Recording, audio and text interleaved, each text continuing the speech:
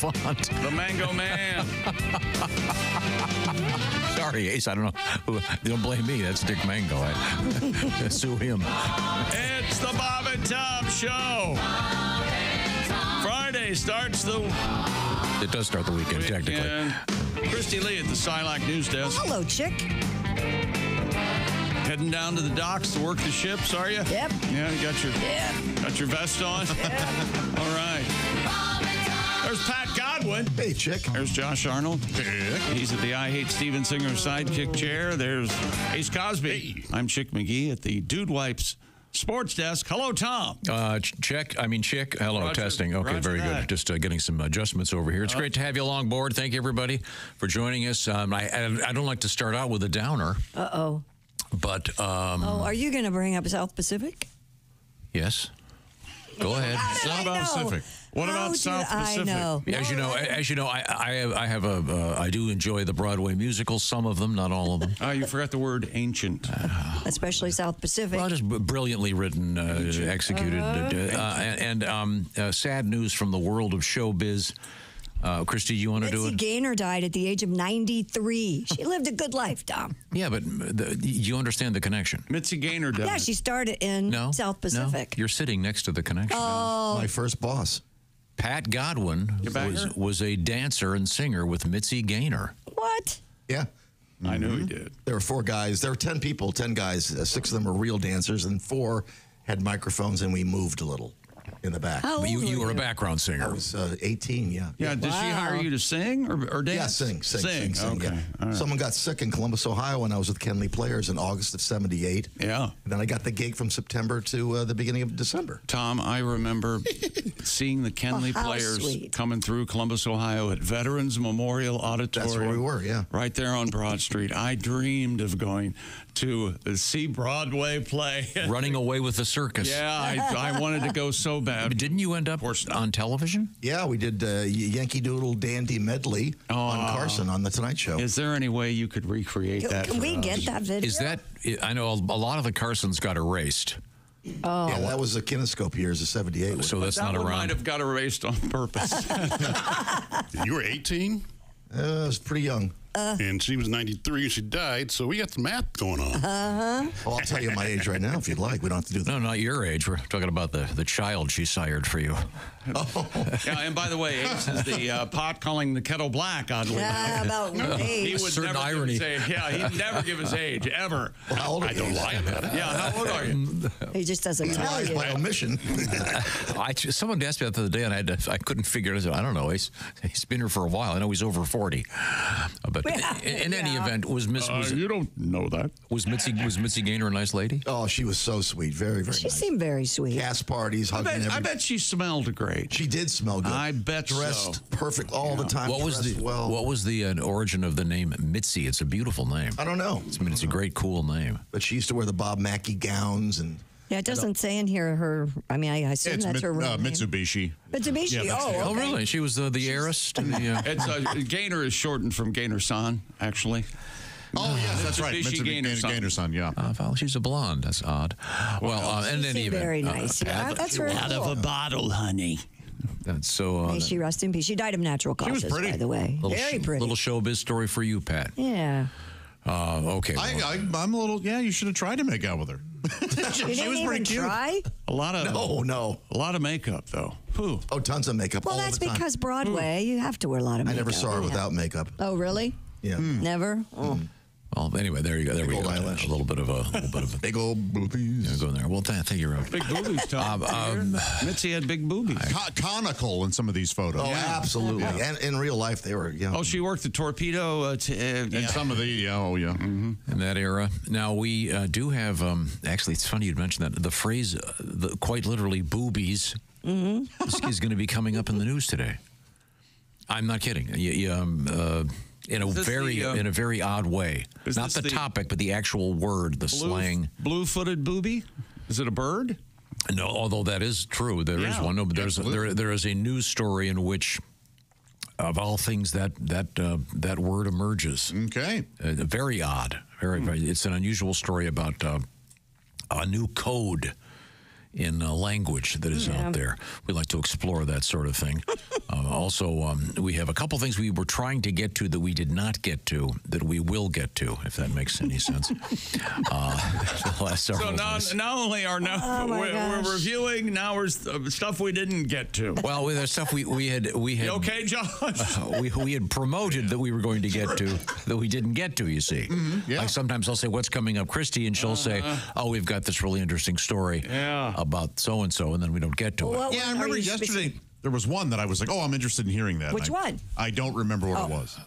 Was it the one about the drug-filled bag? No. Was it the one about the pizza? No. We didn't even I don't remember those. you even... Oh, sorry. Was it the one about the paraglider in the Great Pyramid? Yeah, we didn't. Are people tease any of those. wanting me to tell my ball cock story again? I replaced my ball cock. Is that what it was? Maybe it was that. Maybe. The fact that you fixed your toilet. I fixed my toilet. I replaced the ball cock. Very good. New ball cock. Very good. Very good. Yeah. Now, Gave me a sense of purpose. Did you spatchcock chicken? Sense of accomplishment. As a matter of fact, I did. Had a very... Fixed the ball cock and then you spatchcock. I did. It was a cock weekend. What is that? The spatchcocking a chicken, is that the one where you crush it? Pretty much, yeah. You really splay it out. Yeah. You butterfly the hell out of it. It cooks well. Yeah. Okay, very good. 10 seconds. Coming up, we do have a couple of interesting pizza stories. A bizarre story involving the porno star Linda Lovelace. She's not still alive. No. And I never got that. That's going way back. She's as unattractive and unappealing. Well, she had a certain talent. But what have we always said, though? It made a whole movie around what she could do. Enthusiasm and attendance makes up for a lot. Yeah. It does. But probably it's one time the most famous star of pornography in the world. Yeah, it was probably, it was the first widely accepted X-rated movie. Weren't you Everybody in New York during the phenomenon that was Deep Throat? I think to explain to someone who wasn't around then. Yeah. It became kind of a joke thing. Like it a would cult be like classic, like Rocky Horror Picture. Exactly. It became a date night. Like Andy Warhol would show up for a screening or whatever, wouldn't he? And it would typically be. I'm trying to remember. It was Behind the Green Door in Deep Throat. I saw that double feature at a drive-in.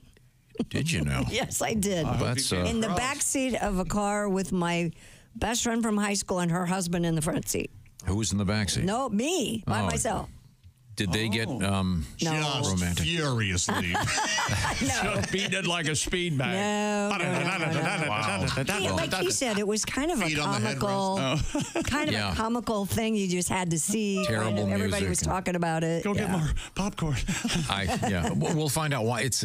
When you hear why it's in the news, it's really quite odd. Open the green door. I got to know what's behind it. That's all coming up. More. Right now, coming up is some interesting news in the world of sports. Chick McGee's already got one check mark on his shoe-in picks. We'll get to that coming up. Nailed the Broncos last night. They win 33-10 over the Saints in New Orleans. Yeah. A tough one, yeah. And then we have... For New Orleans fans. Baseball news coming up. Right now, a little bit of survey news. Americans age 50 and over, a staggering 61% are kind of worried about having enough money when they retire. That's because the good days of the gold watch over. You don't get the gold watch and that pension for most jobs these days. So you got to take care of yourself and look ahead.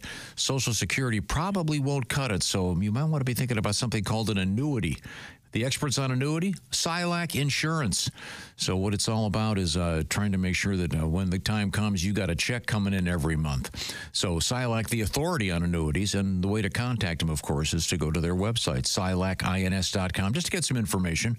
And by the way, you can also go to bobandtom.com, where Chick McGee will walk you through contacting Silac to see what's going on. Certain restrictions apply. See if you qualify by heading to silacins.com. Like I said, it's silacins.com, or once again, you can just go to bobandtom.com, and Chickster will show you what's going on.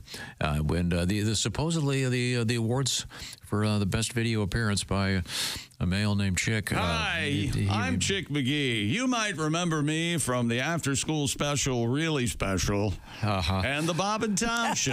What's again? But I'm here for Silac. SILAC. Check it out. It would be sure nice to have a nice check coming in when you retire every month. Find out what annuities are from the annuity experts at Silac. Also, coming up today, this is the one I was trying to find before. We never got to it. There was a big party where everybody ate bear meat.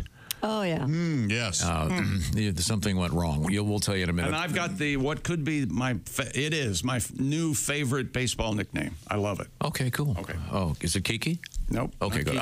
This is the Bob and Tom Show.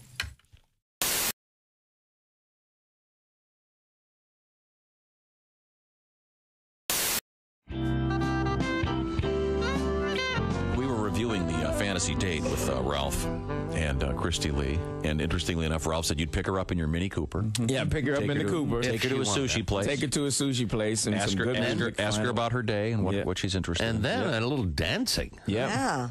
That's impressive. And see when you're dealing with take you dancing. Oh yeah, you got to go dancing. You got to let your hair down. Oh yeah. Touch her a lot. Are you drinking? You drinking more than me. Yes, indeed. Well, back up one. Touching her a lot. Yeah, you touch her when you dance. What I know about Christy, and you can feel out whether a woman likes to be touched. And you touch her, you just make body contact, but not like you're trying to feel her up, but just put your hand on her back every now and then. And on the small of her back. Let it slide down. No, it's just you can feel it. No, you are. Now, let me ask you, a woman is like an instrument. What would you wear? Practically nothing. If we're going to sushi, don't wear a suit. Don't put a suit on.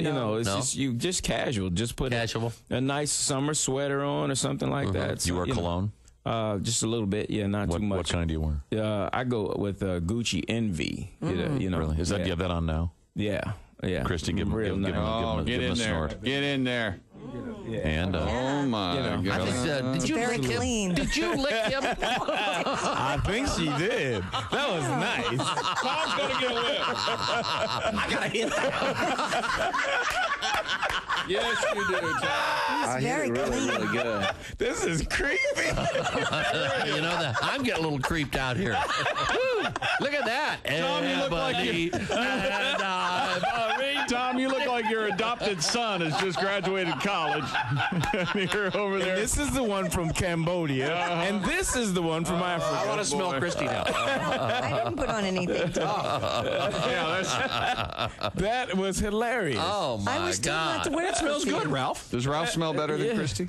No, He's wearing cologne. I'm not. That's not fair. Christy smells like her shampoo. She smells good. But no, Ralph you smell great. What's that stuff called? It's called Gucci Envy. It's very clean smell. Yeah, it's nice. That is not bad. Not overpowering. And see, men have a tendency to put it on until they can smell it. You're not supposed to. No. You spray it in the air just in front of you and walk through it. That's right. That is always enough. Just spray one time. Don't spray 4 or 5. Spray and walk. Just one time. See, I'm not a cologne person. And trust that other people. Now, when you walk through, when you spray it, do you spray high? No, you spray it low. about You gotta spray below your eyes, neck Bob, and or chest you'll burn. level. And then neck and do you chest level. sprint through it real quick before it hits the ground? How do you do that? I've But never how heard fast of that. are you going? Yeah, Stand there on the ready like it's a sprint.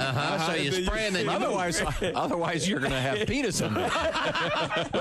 My goodness, it smells good. Gonna hit you right in the. So you got to move while it's kind of Right. I mean, kind of about eye level. if you're spraying chest high and walking through it, I'm sorry, you're going to be getting the boys. That's the other it, thing huh? about scents is that women love to explore it too. So if they catch it, and then they'll try to go and look for it again a little later. Oh, really? Like, where was that? Well, You are an maybe I should amazing just guy. coat it in. I was raised by wolves, so I understand women. Okay. I understand women a little That's bit. really Hello, my name is Alexa. If you have a smart speaker and what to hear, Bob and Tom Radio, just say Alexa, play Bob and Tom Radio on TuneIn. Now, you try it. Alexa, play Bob and Tom Radio on TuneIn. That's the first smart thing you've said to me since you took me out of the box. The great thing about my mom's bridge club was she would make delicious desserts for the ladies. She didn't have the Brock's Bridge mix. That was always my favorite. No, she'd make apple pie. She'd make apple tarts. Oh, she was amazing. Yeah. I forgot about bridge mix. Oh yeah, my grandmother used to have that. Man. Bridge Did you ever bang any of your mom's friends in the bridge club?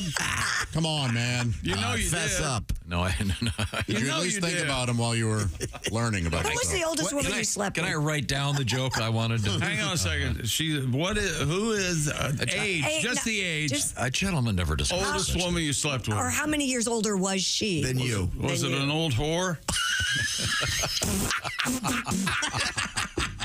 Just get flat out. I want to apologize to the members of my mom's bridge club if any of them are still alive. I didn't say it was them. I said it was you probably employed a whore.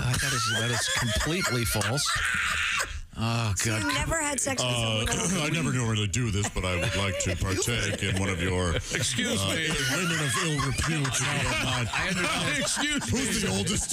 Ruth, Venmo I understand you're quite good. Do you have a Millicent on staff? Or I understand. QR code. No, I understand. This is a cash only proposition. I just returned from the haberdasher. Does this include the tip? Or probably get a lot of tip jokes, I guess. If you want more than the tip in, it costs my extra. I get it. I know it. Did we get back to Bridge Club? It Okay, was a bridge whore. club. Well, I know it was. I could tell when I hit on something. You banged an old whore That is like a just sailor not on true. leave. when you were 18, 19. You learned about And love. she was 30. It's all lies. She kept saying, No, she was like 58. it was like Brighton Beach. Get over here and let mama hug you. Yeah. Yeah, that's Over here, honey. Yeah. kiss mom. A young Jonathan Silver. Stick your tongue out for mama.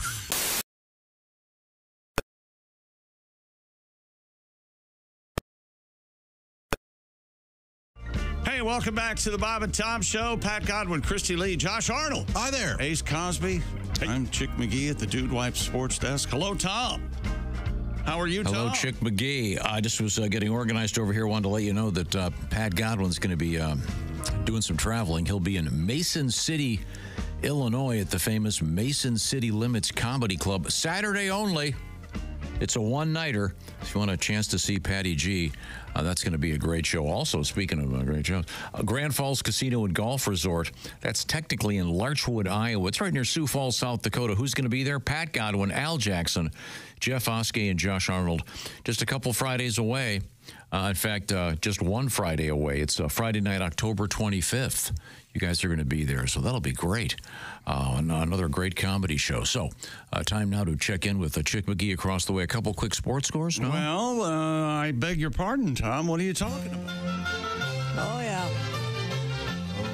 Time to review what we learned yesterday. Well, how about some stuff Or maybe not. we didn't learn yesterday because we never got to it? We were rushed off the show. We were in the middle of our Today in History, so this is a brief segment of Yesterday in History. Happy birthday, Rita Hayworth. she'd be 106 today. Isn't she the one that? Well, of course, there's the Shawshank Connection. Sure, yeah. Yeah, but is she the one that Sinatra was crazy about? That was Ava Gardner. Oh, Ava Gardner. Okay, I get confused. My daughter's named after her. Ava Gardner, who looked 35 years old when she was at 17. She was beautiful chick. Beautiful woman. Evel Knievel, born in this date in 1938. Born on yesterday's date. Oh, sorry, that's right. Well, look, Yeah, it's confusing. We did get to those, yeah. Oh, you did? Okay. Yeah, we did get to Evil those. Knievel and awful Knaawful. That's how they got. He was the great grandson of great grandson of medieval Knievel. That's It's an older jet. I remember this. Yeah, then the rest of these got too depressing because all these people had died already. I misspoke. It is time to go to sports. No, you want to review a couple things from yesterday? Shohei Ohtani hit a leadoff homer, scored 4 times. Mookie Betts, Mookie. That's a pretty good name. He went deep, drove in 4 runs, and the Dodgers routed the Mets 10-2. Whoa. Meet the Mets. Breathe the Mets. And now the Dodgers lead that best of 7, 3-1. It's referred to here as a lopsided series now. Betts had a 2-run homer and a 2-run double among his 4 hits. Max Muncy extended his streak of reaching base safely in 12 plate appearances. Now, you said you had a new favorite nickname in baseball? Pinch hitter John Kenzie Noel tied the score with a 2-out home run in the 9th. This is him, my new favorite nickname, John Kenzie Noel. They call him Big Christmas. Oh. And here's what it sounded like to hit. He hit the home run to tie the baseball game. This is Guardians Baseball Radio Network. Swung out and hammered high, deep to left, away out of here.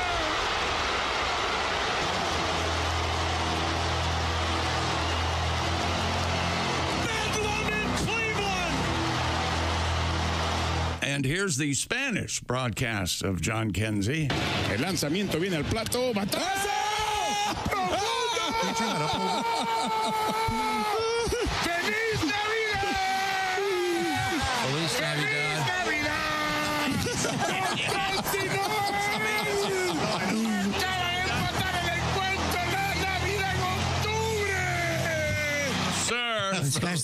The level of enthusiasm. Big Christmas. And then David Fry had the honor of hitting the walk-off home run. Here's Guardians Radio Network again.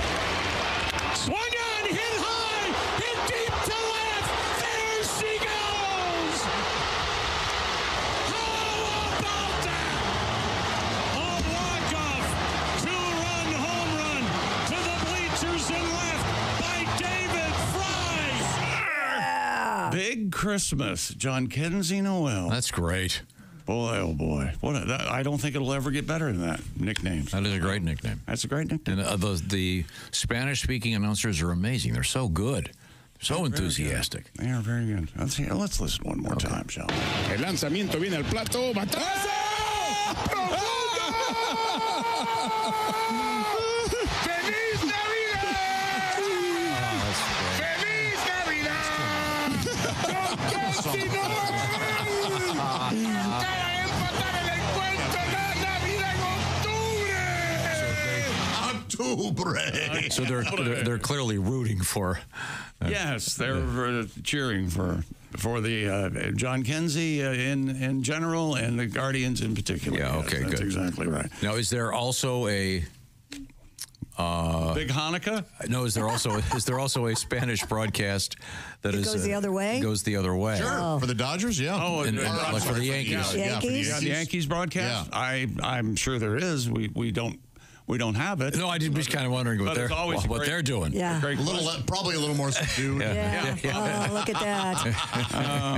Great. Maybe they're singing Silent Night. Everybody hates Christmas a little bit, huh? Well, this is just great.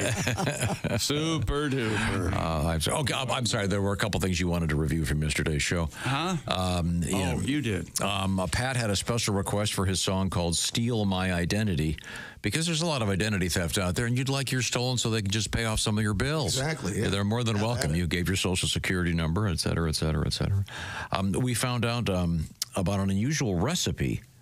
Anybody remember what that was? Sweet potato poon. It is called sweet potato poon. From the kitchen of Al Roker. That's right. Al Roker. The origin of the term poon is not mentioned. They don't seem to. He says he doesn't know. It was a pass down through the family, but I'm suspicious. There's only one definition for poon. Right? Yeah, someone knew what they were doing in that family. Yes. And the rest quite didn't. And it's passed down all these years. I'm guessing it's Grandpa Roker is what I'm guessing. Yeah, I'm guessing it was some. I'm guessing it's a man. Maybe for sure. an uncle that was in Nam. And, Yeah. I'm just pleased that it goes against the stereotype. Oh my God. Okay. All right. Oh, it is always nice when he's always been fascinated by that. I don't know who told him that. I know who told me that. The aspect of my friend Lance. Lance is Lance is the one. Reminds me of that Office episode where they tell Michael that all these nonsense words are actually very, very hip, and Michael believes them, and he starts using the words, and they just keep laughing at him. And my buddy Lance always opened to cigarettes from the bottom. Here we go. Yeah, why is that, Tom? Wait, it's the same guy? Those two things that you've been telling us about black culture are from one dude? Yeah, that's the only black person he knew till Ace. That's the only black guy he knew. Oh, man. Yeah. Absolutely. You know, every black guy's mom is named Cheryl. You know that? I knew that. Yeah. Unbelievable. He opened his cigarettes from the bottom because he didn't want to get So which is it? He either gives it plenty of attention or not, or so much attention that he doesn't want to get it on his cigarettes, or he ignores it completely. Because he didn't want that substance anywhere near his lips. No, I know, but those are somewhat conflicting stereotypes. Yeah, but you know. In any event, we have petitioned. We have get you petitioned off the air? Ms. Hooker. I'd sign that. Ms. Hooker will be making the so-called sweet potato poon. Oh. And I have asked her to do two different versions, one without the pineapple. Yeah, because there's pineapple, crushed pineapple in it. That's not the recipe. Because we want. It's just because, no, it's because he doesn't like pineapple. I know. What if I said I was allergic to pineapple? You'd be lying. That's correct. I didn't say I was. I said, what if I said I was allergic to pineapple? Once again, that's Al Roker's recipe, and you can look that up. And he's got a new book out, Al Roker's Recipes to Live By. Oh, there you go. So it sounds really good, the sweet potato poon. And there's a lot of ironically, a lot of brown sugar in it. Well, of course, it's sweet potato casserole. That's what you do with it. That's not the point. You know, I know. Did you see how proud he was? Do you see what I'm doing? He trying is to just, push us in another he is direction. just beside himself. Stones don't even sing that anymore. You know, I think the only reason I think that we don't get in trouble for stuff like that is people realize how stupid you are. I think, oh, bless his heart. Yeah, well, exactly. he doesn't know what he's saying. So anyway, we're going to have Ms. Hooker is going to make us some sweet potato poon. I'm hoping with and without pineapple. Without the pineapple. Tis the season for that kind of thing. Yeah, we're getting right there. Thanksgiving. Oh, yes. Autumnal meal. Yeah. Do you like the sweet potato casserole? I do, but I also like every day. Well, almost every day I have a plain sweet potato. So do I just love the flavor. Do you bake them in the oven or do you microwave them? I have this new microwave potato cooker that is absolutely fantastic. Is it better an than appliance? the sleeve that you gave me? Way better than the sleeve. In fact, I apologize for giving you that sleeve. Wow. Yeah. What is this? I found the potatoes you get in the store that are already wrapped up. You just throw them in the microwave Those for aren't 7 bad. minutes. Yeah, those are pretty good. Those are pretty good. What is this thing? Is it like a? It just looks like a round dish, almost like a cake Tupperware holder, but a little shorter. And it's 2 sweet potatoes, 11 minutes, and they're perfect. Really? Yes. When is it called the potato cooker or something? I don't remember. I'll have to. Is it glass? It's not. Is it called the poon cooker? It is called the poon the poon steamer. Steamer. You guys steam your poon, Tom? Oh, sure.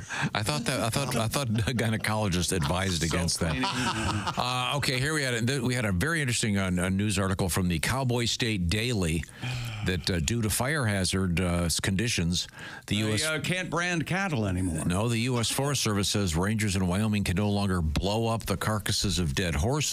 Yeah. And we found out that they were doing that because that it was attracting the large dead horse carcasses were attracting grizzly bears. Mm-hmm. So they would fill them with dynamite and blow them up. Man. You think you want the grizzlies eating the horses and not people? Yeah, I guess they just don't want them anywhere near the area. Yeah, they don't want to have the grizzly But you're right. It seems like a nice natural way to take care of it. Mother Nature taking care of its own. But eventually, when there are no horses, the grizzlies might come a-knocking. Here we come. And we had a hell of a song, Dead Horses. Oh, yeah, that was. Did you rewrite that for us? Well, I had 2 choices yesterday. I went with the one I thought was more original. I had something that I use as a running gag that I should. Oh, go ahead, do that. Want me to do that? Yeah, sure. grab a guitar. I forgot we tortured you all morning. No. Once again, there's a one of the weaker Stone songs, "Dead Flowers," you turned into it. If not the weakest. Oh, this horse song. On a trail out in Wyoming. Oh, yeah. I found a horse dead on the ground. There were vultures overhead, a horrible smell, and flies all around.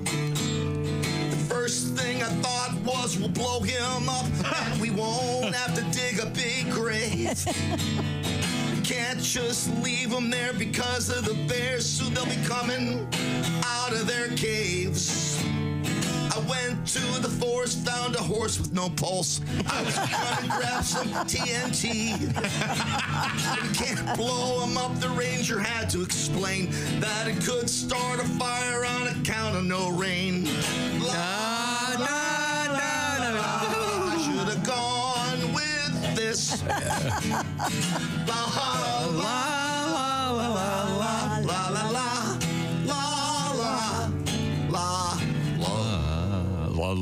I don't know about you guys. I think I like the other one better.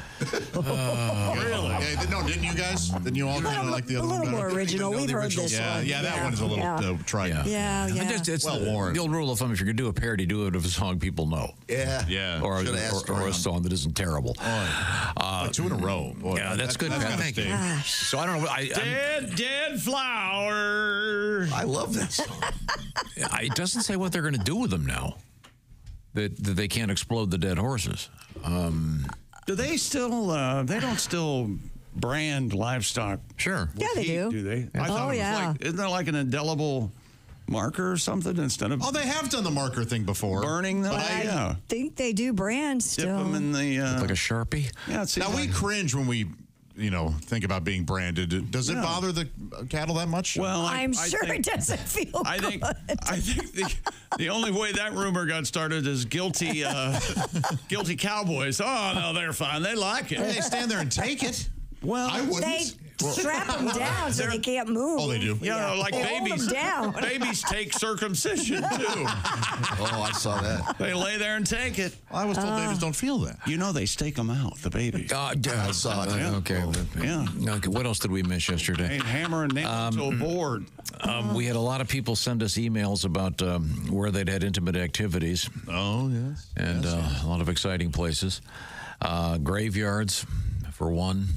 And we kind of did a quick review of that. No need to do it again, apparently. Chicks started a shoe into the week picks. They're posted, and the first one's already come through. You picked the Thursday nighter. Want to know? You the picked running tab. Picked the Broncos. 28 and 23 so far in the season. We talked with actor Drew Powell, who is one of the performers in the Menendez Brothers movie. Mm-hmm. It's currently Monsters. on Netflix, and he had to leave early to go do quote-unquote firearms training for a secret project he's working on. And I'm certainly looking forward to that. So that kind of wraps everything up. Good to know. And I'll let you know about what else is coming up in a matter of moments. But first, we have to talk a little bit about Prize Picks. We're in the heart of football season, and Prize Picks is the best place to get real money sports action while watching football. Prize Picks has made daily fantasy sports accessible to everybody, and the app is easy to use. Just pick 2 or more players across any sport, then pick more or less on their projection, and you could win up to 100 times your money. Just that simple. Here's some options you could pick this week. Jaden Daniels to throw more or less than 235.5 passing yards.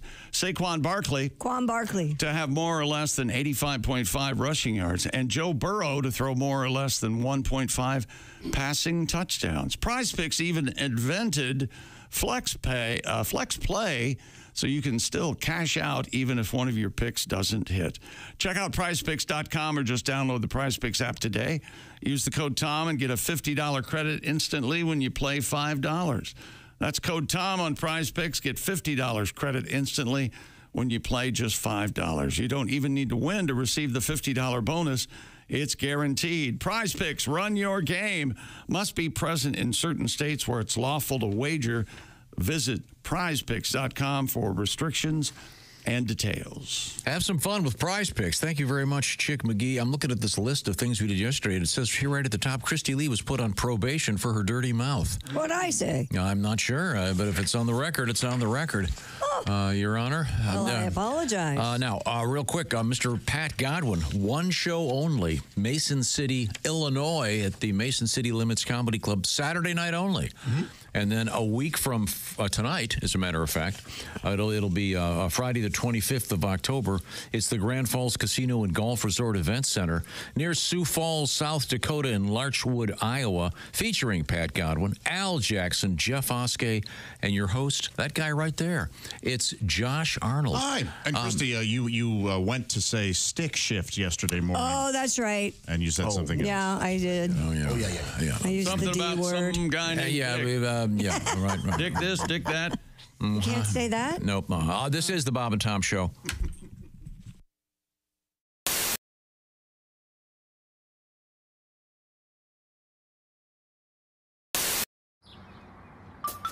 Is that Chick McGee? Why, it sure is. Chick McGee, who knows that an annuity from the folks at Silac Insurance Company means a retirement check in his mailbox every month. Chick works on perfecting his mailbox opening technique. Easy, Mr. McGee. Don't blow that elbow out. Chick isn't quite retired yet. He's just practicing for it.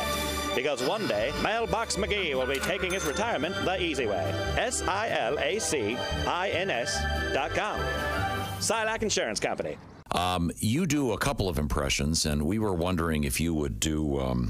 This is a pretty obscure one. John MacGyver. Now, he's known for some work in Disney films. And I think it was in like the Doris Day show on TV or something like that. I think so. He was the guy, the reverend or preacher or whatever, that got beaten up by by Joe Buck, not the sports. In Midnight Cowboy? In Midnight Cowboy. And maybe your vocal impression will bring back the memory to some of our listeners. Yes. They see right now, everyone's going, quick, honey, he's going to do the John MacGyver imitation. Quick, gather around the radio, kids. Oh, yeah, I know who that guy was. Everything in this company must be done according to schedule. We will have no slackers here, sir. No slackers at all. This company is run like a tight ship. Ladies and gentlemen, once again, for the 5 or 6 of you that get that, amazing. You are welcome. The minute you see him, though, you know who he is. Oh, so good. Yeah, John went to Columbia. Did you know that? Did not know that. So what was the Disney film that he was? He was in. Oh my gosh, he was in Bed Knobs and Broom. Was he one of those like the Apple Dumpling Gang? Like There you go. He's one of those guys you see him and you just go, oh, that guy. Yeah. Yes. Well, I remember him from Breakfast at Tiffany's. He's been on a lot of. He's in the Of course, Manchurian you remember him Candidate. from Breakfast at Tiffany's. It's my favorite movie. He plays the father of the woman that Lawrence Harvey falls in love with in Manchurian Candidate. Oh, okay. Tom, would you like me to do my impression of Mickey Rooney from Breakfast at Tiffany's? No, I would not. Oh, is that no good anymore? Okay. Yeah, that, Yeah, probably not. once again, Don't you have to go get your Howdy, go right, Gilbert, unfortunately, that's dead on. it makes it makes the Asian character in Mr. Magoo look not quite so racist. Oh, yes. That's how sad. That no good, Mr. Magoo. Can we do one more obscure impression? Yes. This is a guy, Kevin McCarthy. One of my favorite actors. Who is, what is he most famous for? The dad in... I think Josh has it, the Body Snatchers, right? Yeah. Yeah, the original. Okay. Yeah. The original Invasion of the And the Body Twilight Zone movie, he played an uncle of a. Yeah, he's sort of a very generic, plain-spoken Midwestern white guy. Now, I remember when the Aristocrats came out. Oh, yeah.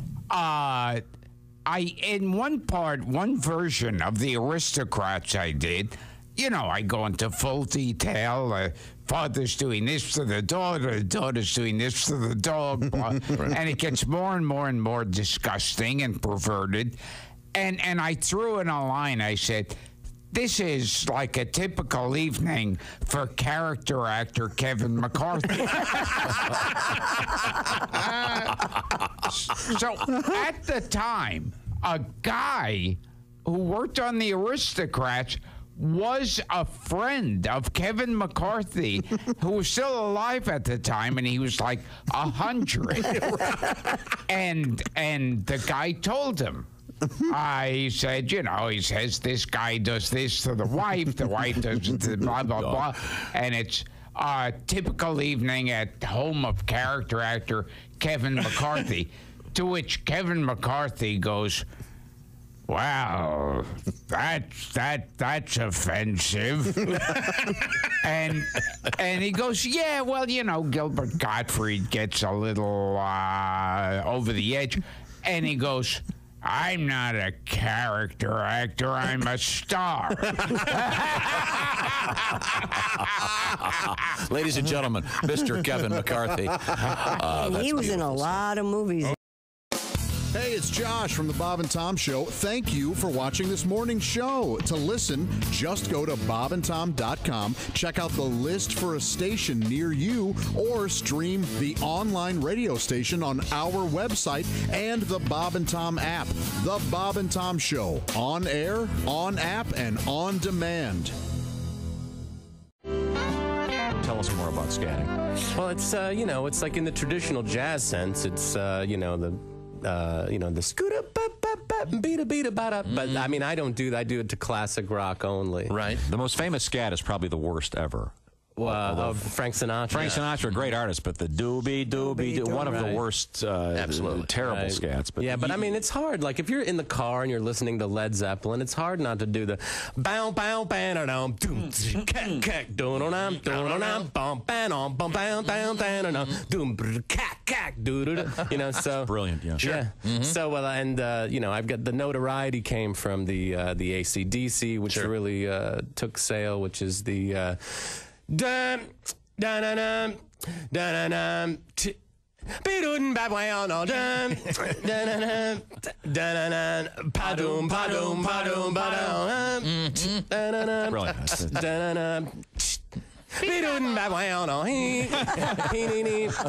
And my girlfriend's like, most people sing the lyrics. That's true. Okay, I can scat Amos Moses by Jerry Reed. Oh yeah, let's hear it. Please. On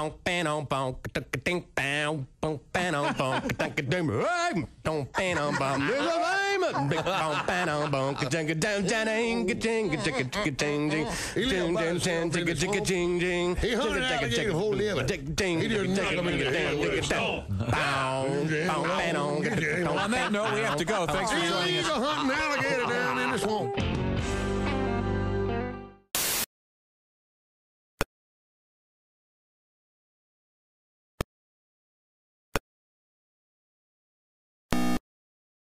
You could find yourself with an extra $1,000 in Halloween candy purchase money, or whatever you want to do with $1,000. So hang out for Monster Cash. It's coming up on Q95 starting today at 9. Hey, welcome back to the Bob and Tom Show. Hello, hello, hello. We're all here in our places. Hello, Tom. And your place is the Dude Wipes Sports Desk. Yes, it is. Are you still using toilet paper? Really? Ew. Are you still driving around in a horse and buggy? Are you still sitting there watching the radio? Your bum itches. You got a bad case of crack attack. That's because you didn't get yourself nice and spiffy. Dump your toilet paper roll. Wet cleans better than dry. That's just good science. Try Dude Wipes for the best clean pants down. And yes, it is like a shower in the middle of the day. A couple things before we move on. We did find out about a new alleged trend in fashion: pants with only one leg. Mm-hmm. I don't see this really taking off. I kind of like the arm. Like a basketball player, I see it most often. Like he's had some muscle pulled or something. He puts a sleeve on to keep his arm warm or something. I kind of like that. The one outfit in this photograph has a lady with there's one sleeve and then one pant leg. Oh. Yeah. So is it the corresponding arm or one arm and the other side leg? Yeah, the yin yang. Yeah, opposite. Yeah, I guess it'll get tongues a wagging. I don't see that happening. You know what else causes tongues to wag? What's that? You know. Oh, yeah. Al Roker's. Down there. Okay. All right. Thank you very much. Grandpa. Very, very helpful. Grandpa Poon. Yeah, very helpful. Once again, Al Roker has a new recipe book. Tell me a story, Poon. Speaking of stories, what's going on in the storied world of sports right now? Right over here. Sure. We had an NFL game last night. I hope you had Broncos -3. I did. Gather around, kids, and listen to your old Papa Poon. Tell us that story, Fat Paul Poon. Well, I call this one. You and Grandma were in a fitting room at Macy's. Is that right? Oh, yeah. She got in there and tried that skirt on. Next thing you know, it was up over my head. No. Okay. Grandpa. Oh, Grandpa. Javonte Williams rushed for 2 touchdowns. Denver Broncos win, and Coach Sean Payton's return to New Orleans. Boy, they don't like him right now. Beating the banged up and hurting Saints 33-10. Bo Nix passed for 164 yards, Stevie's kid, and ran for 75 yards for Denver. The Broncos outgained New Orleans 389-271, while sending New Orleans to their 5th straight loss. They started out 2-0, Tom. And then yes. The stinking, the aroma. And then the wheels fell off. And Josh, you're closest, so keep an eye on Tom for this next story. All right. The Cleveland Browns are moving out of their lakefront home. The team officially announced yesterday plans to leave their 25-year-old stadium on the shores of Lake Erie when the lease expires in 2028 and move to a domed facility in suburban Brook Park. Oh. Despite the city's efforts to keep in Cleveland. Now, are you okay? I'm all right. You all right? Yeah. Do you know where Brook Park is? Yeah, sure. Anything interesting in Brook Park? I'm sure there's lots of interesting things. I've never been there. Cleveland. Really? Huh. Where is it around Cleveland? South, north, east, west? The center, the west. No, it's not. West? It's Okay. not, they're moving out of downtown. Yeah. So that's be on the west side. Okay. This, according to Cleveland Mayor Justin Bibb. Of course, he was part of the Bibb brothers. I thought you were going to say the lettuce. Saturday Night Fever. What? The Bibb brothers. The Gibbs. Oh, it's Gibbs. Gibbs. Oh, I'm sorry. He says he met with Browns owner Jimmy and Dee Haslam, who announced their intent to relocate the NFL team to suburban Brook Park, despite the city's efforts to keep it in Cleveland. I don't think they're going to be called the Brook Park Browns, though. It'll be the Cleveland Browns still. Well, they don't call the New York Giants the New Jersey Giants. Well, they should. Don't you think? To be correct? Or the Jets. Oh, yeah, the Jersey Jets. Did you see? May I interject in sports? I can't help but think of any way to stop you ever. Zach Wilde will perform the national anthem before the Browns and Bengals game Sunday. The Zach first Rock and Roll Hall of Fame game, they're calling it. Robert Cool Bell of Kool and the Gang will do the coin toss, and Foreigner, who will be inducted into the Rock Hall on Saturday, will do the halftime show. Oh, all right. Wow. It's kind of cool on a rock theme. Where's Pete? Pete's not on here. No mention of Pete? I know. Black Label Society may have a new album out. I feel like I've been listening to some. Really? Yeah. Well, Mets fans will get a little help. Mets fans tonight. The Black Label Society? Yeah. Zach Wilde. I'm sure Tom doesn't know who Zach is. Yeah, Zach Wilde. Zach I know he's wild. It's not W-I-L-D. I know that. He was Ozzy's guy for a long time. W-I-L-D-E. Right now he's in Pantera. Exactly. Guitar player? Yeah. Okay. Mets fans get a little help when they'll sing "My Girl" tonight at Game 5 of the National League Championship Series. The Temptations. Oh, that's cool. Will be in the ballpark. Be wheeled out. Team says. Well, I mean, I'm not sure how many are still extant, if you will. Guys. Yeah. Did you mean to say the Temptation?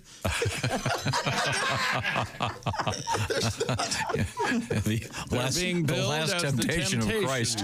And tonight we have the Temptations, grandsons, who will be.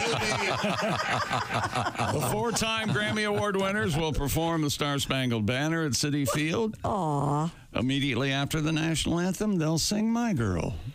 Who doesn't love My Girl? Their 1964 song. I don't know your girl, but I'm sure I'd love her. Everybody is. There are 4 times where he went to the hospital and said, I'm a singer, and they wanted to put him on a psych hold. Oh, yeah, that was rough. Oh, yeah. Oh, You know, I swear to God, I was one of the... And they were like, no, sir. Sure you were, sir. Sure you were. It doesn't look like any of the originals are still... Oh, I guess one of them is. Otis Williams, the last original member of the Temptations, there you still go. performing at 82. Good for him. Some of they went on solo careers, didn't they? I think. Eddie Kendricks. I don't know. Keep on trucking, baby. David Ruffin. We can now start. The NBA season is ready to start because Kawhi Leonard's injured. He'll be out for the foreseeable future. Ongoing rehabilitation from better care of themselves. Inflammation to his right knee. We just need some more inflammation on the situation. And who exactly is that? Is that the colonel? Are you the colonel? He plays for the. Yeah, they call him the colonel. He plays for the L.A. Clippers. Kawhi Leonard. NHL last night. Josh, the Blues win in overtime. Oh, sweet. How about that? 1-0. They beat the Isles. Yeah. Also, New Jersey, Tampa Bay, Los Angeles, Columbus, Washington, the Rangers, Edmonton. 1-0 in overtime. That had to be exciting. Chicago and Seattle. For God's sake, somebody shoot the puck and put it in the net. I paid for these tickets. Or they're great He's right. goalies. It was either super exciting or just so boring. Yeah. Anybody know how to shoot? Those go either way. But the overtime had to have been so. Once again from last night, John Kenzie Noel tied the score with a 2-out home run in the 9th inning. Here's what it sounded like on Spanish Cleveland Guardians radio. El lanzamiento viene al plato. ¡Batazo! ¡Feliz Navidad! ¡Feliz Navidad! John Kenzie Noel! He does sound lucky.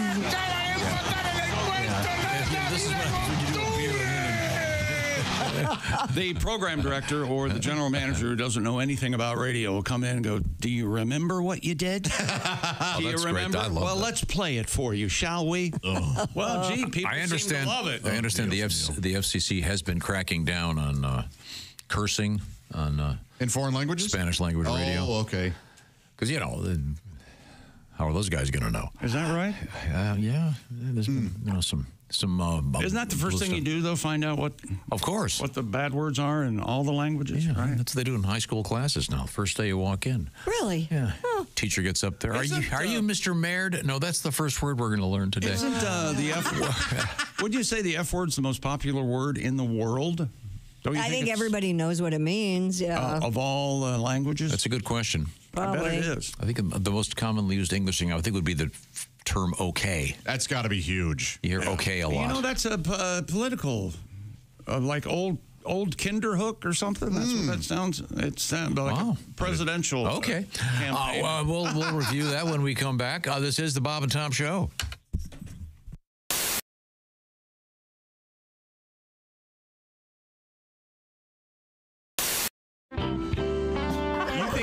You think you lost money in investing? My whole people lost money in investing. Bernie Madoff came along and set us back 10,000 years. I hate that guy so much. I hate Bernie Madoff so much. Not for what he did, because I don't care about the rich. I hope they lose their money. But no, for how he looked physically. Did he have to look so Jewish while he was doing that? He's already the image of a Jew that's in every redneck's paranoid mind's eye. Just some crook-nosed Jew on top of a pile of gold coins, swimming in it like Scrooge McDuck. Like, I'm gonna take the 10,000 money.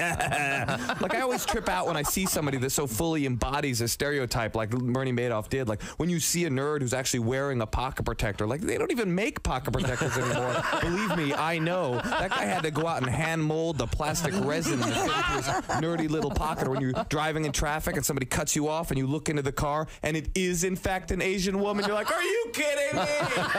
Are you serious? Are you seriously going to be Asian right now? There are people watching you. Have a little bit of self-respect and don't be Asian. Like, when I'm walking along and I see a quarter on the ground, I don't pick it up. It kills me not to. But I don't do it because there's people watching. There are people watching. Yes, you don't want to reinforce the stereotype. No. That's correct. You got keep it real. Moshe Kasher is our guest. I live in L.A. now. I live near Hollywood. I live across the street from a 99-cent store because comedy makes dreams come true. Yes. Yeah, they now sell a 99-cent pregnancy test. Have you seen that? No. Yeah. How bad does one's life have to be? Like, how far down the socioeconomic ladder do you need to flop before the 99-cent pregnancy test seems like a viable health option? The 99-cent pregnancy test when you kinda have to know. So I bought one. Yeah. Well, why not? Just to see what would happen. I peed on the little stick. And? Turns out I have hepatitis C. I caught it from the test. Wow, cool.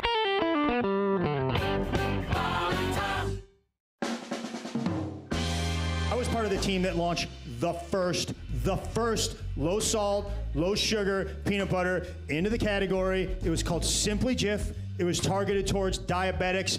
I wanted to call it Type 2 peanut goo, but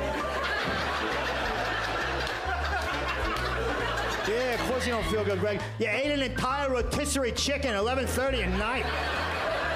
You shoved the whole thing in your fat face in 6 minutes, Greg. I think you ate the rubber band that holds the legs together. I mean, come on. My birth certificate? That document is 54 years old. I also don't have the Declaration of Independence. Because I don't know if you've ever seen an organic peanut butter kid go off the deep end. It is not pretty. Okay, these kids, they spend 18 years eating it, then they go off to college. They have one bite of a Jif sandwich. 6 weeks later, they're passed out on a park bench with Nutter Butters all over their face.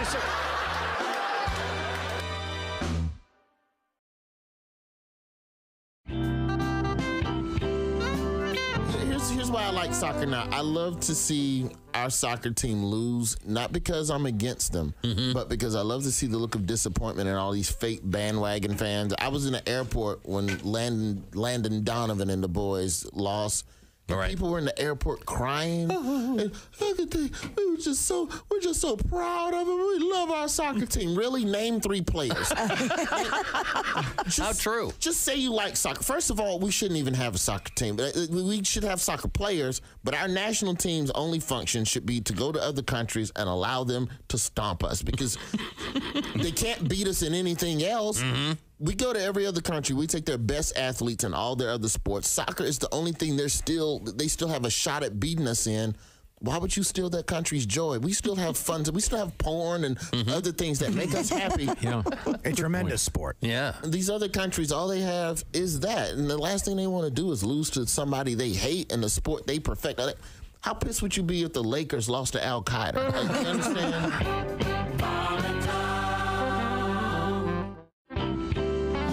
Tell the story again, and I always love the story about when you and Cheryl were playing, and the day that you finally, the day that she quit playing one-on-one against you. You mean when I finally beat her? Yes. This is Reggie's sister, a couple of years ago.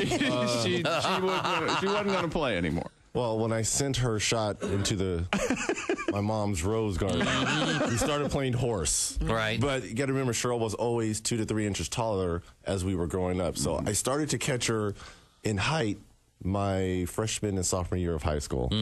So up until that point, Cheryl dominated me. But she dominated everyone, though. I don't feel so bad. Didn't she score how many did she score that one night? You scored, what was it? 45. 50. She came in and... I'm gloating. Because we had played in the away gym. She had played at the home gym. So my dad was with her at their game, and my mom was with me. So we get in the car. Hey, I had my best game ever. 40, 45 points. Strider started. Strider, what did you do tonight? And she looked at my dad and kind of looked down. My dad's like, oh, she had a pretty good game. I was like, oh, yeah, but I bet it wasn't 40, 45. Yeah. No, she had a really good game. Well, what's really good? She had 105. By herself?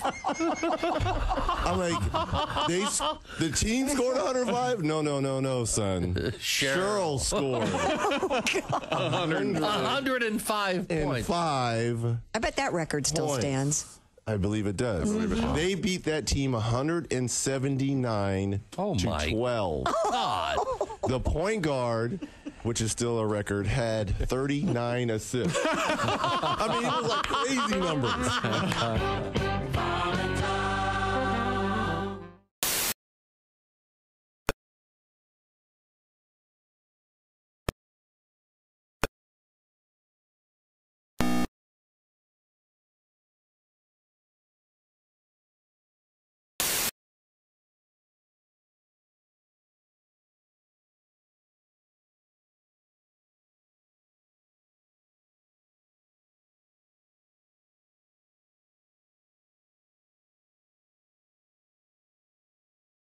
At Dry and Reinbold, BMW North and South. All right. Thank you much, BMW and Dryer Reinbold. Welcome back to the Bob and Tom Show. Christy Lee at the Silac News Desk. Hey, chick. Hey, how's it going? It's going great. Good. There's Pat Godwin. Hello. Hey, how's it going? It's going good. Good. We can stop this quickly. That's over. Next. There's Jess Hooker. She's here. Hi. There's Josh Arnold at the I Hate Steven Singer sidekick chair. Thank you, Chick. Steven Singer is a jeweler you can trust. Why? Because he stands behind his jewelry with the best guarantee in the business. A full 100-day, 100% money-back guarantee. IHateStevenSinger.com is the place to check him out. Steven Singer Jeweler. And Steven Singer would like to thank everybody who came out last night for Thursday night all-you-can-eat ravioli night. Oh, yeah, that's right. It was Thursday, wasn't it? Another success. Never happened. They had all the coin-operated horses going last night. Oh, dude, it was a melee. It was great. It was unbelievable. There's Ace Cosby. I'm Chick McGee at the Dude Wipe Sports Desk, and here's Tom. Well, thank you very much. And as you mentioned, we've been joined by Ms. Hooker, Jessica Hooker. She's also a chef with some skill, and she has been commissioned. She has been commissioned to create the Al Roker recipe known as sweet potato poon. Yeah. When are we going to be doing that? I thought I'd save it for November, right? Yeah, for Thanksgiving. November's good poon eating time. Right. Yeah, Cuffing season, right? Yeah. You want to? But I think the poon aspect is, Christy, I don't know if you know this or if you've heard this, but if you want to enhance your flavor, you eat pineapple. Oh yeah, that's true. Oh yeah, but I've heard that, but. What? I've heard it for men. For men. I don't know about for women. But I've heard it for women. Oh, okay. Okay. I've heard put that in a hot tub. That's good eating. Do you think Martha Stewart puts a little lemon down there? No, what do you call it? A sprig? A sprig of rosemary, maybe? Or a pineapple ring around you. Oh, like Steak and Shake's cottage cheese? Yeah. What do you call the thing when you take like just the skin of a lemon and you take that little zest? Zest. Yeah. A zest of lemon. Yeah. Okay, but once again, this Al Roker has a cookbook, and he has a recipe called sweet potato poon. Yeah, and you add crushed pineapple to what looks like a traditional sweet potato casserole. I have had that type, and it's way better than it sounds. Yeah. Okay. The sweetness, the pineapple is not overpowering. Okay. Real good. The word poon doesn't mean anything else. I'm going to look it up. There's got to be it another. Comes from it started in the military, I think. Well, a harpoon, like maybe poontang. Whaling. No, the whalers would take a harpoon. It's short for poontang. Yes. Short for punani from the Caribbean. Okay, yeah. It's a great Ted Nugent song.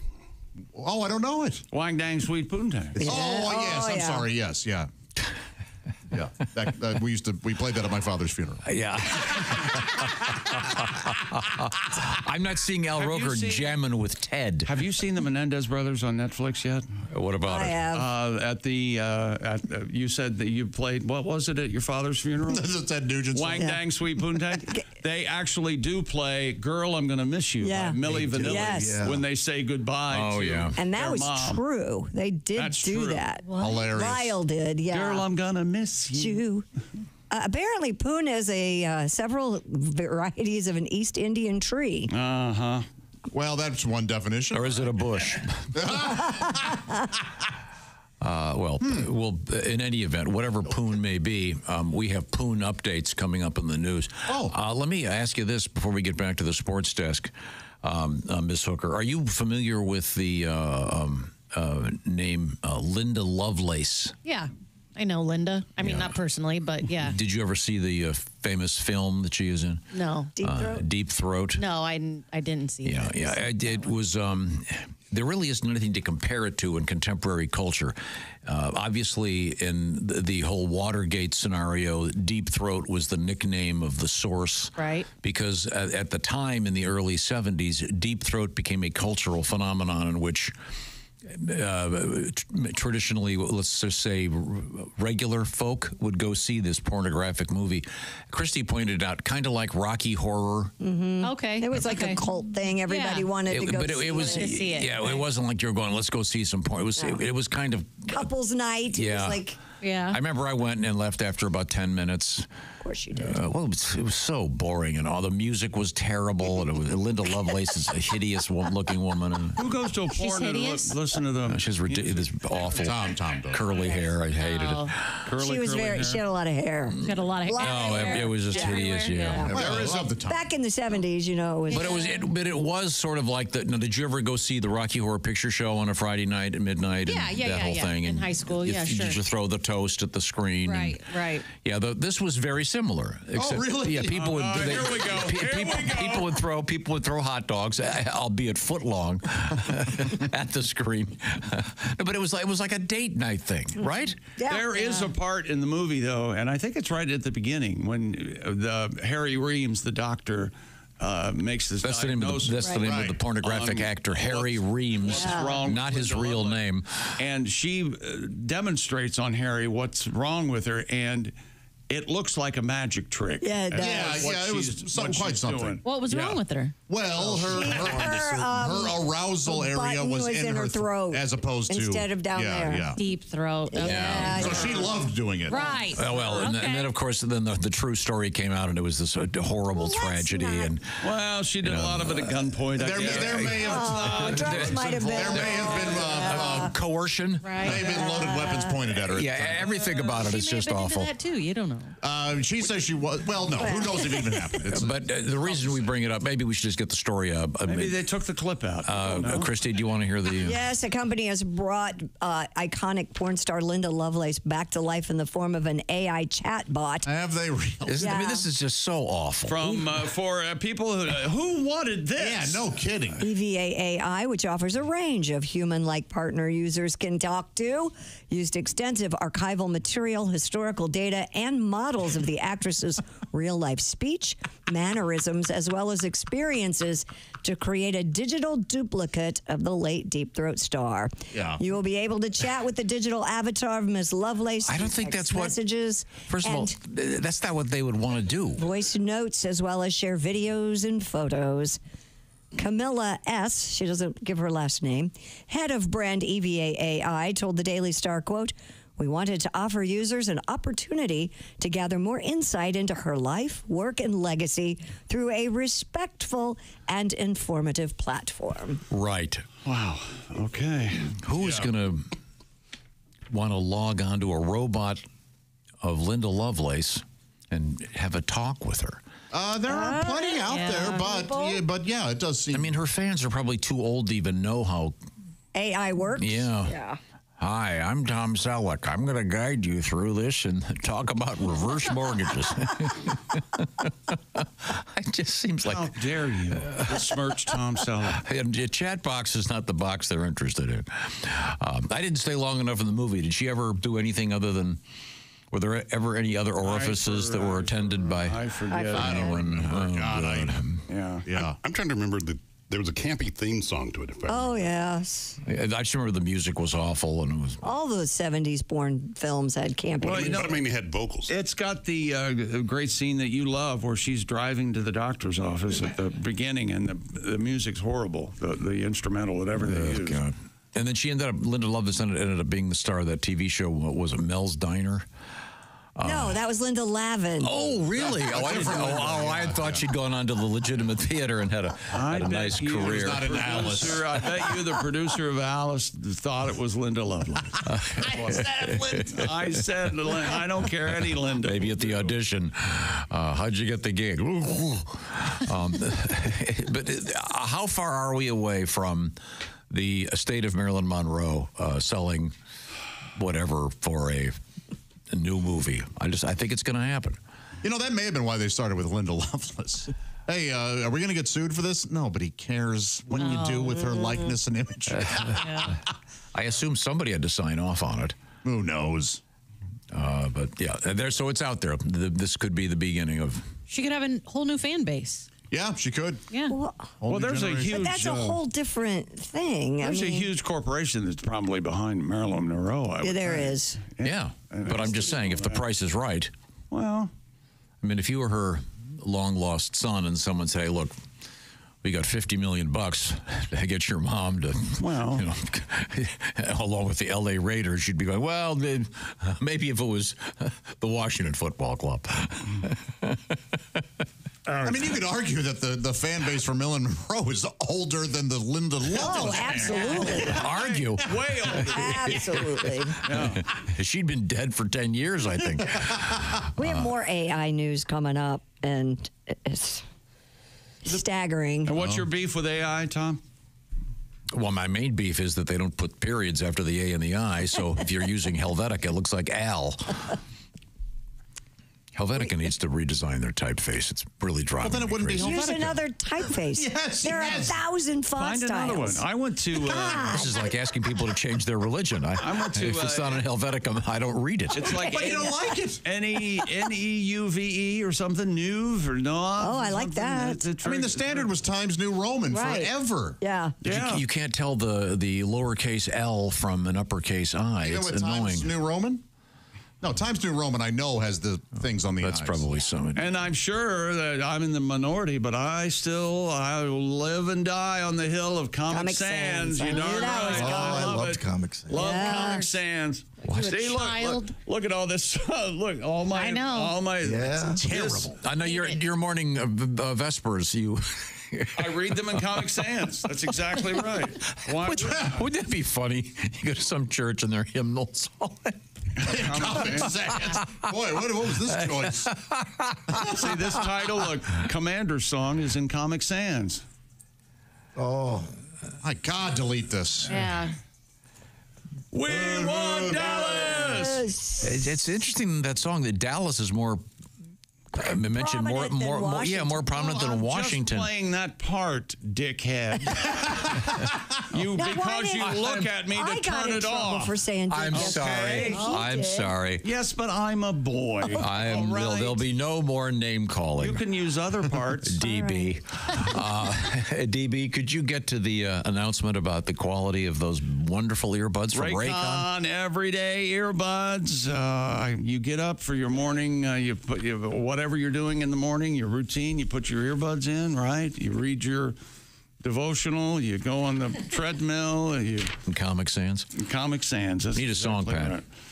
Comic Sans? By Raycon. Comic Sans. Raycon. Oh, Raycon, you know the name of Raycon. You know the fame of Raycon. 10 times is louder than some other kind. That reference is for 8 people. Yeah. I don't get it. I don't either. The King Kong animated show.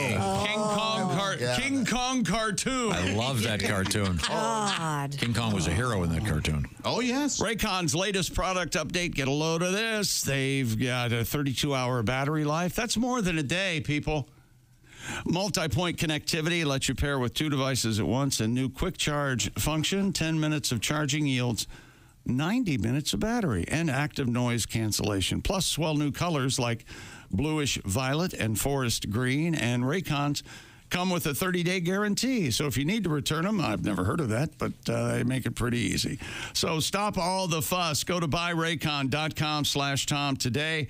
Get 20 to 50% off everything site-wide.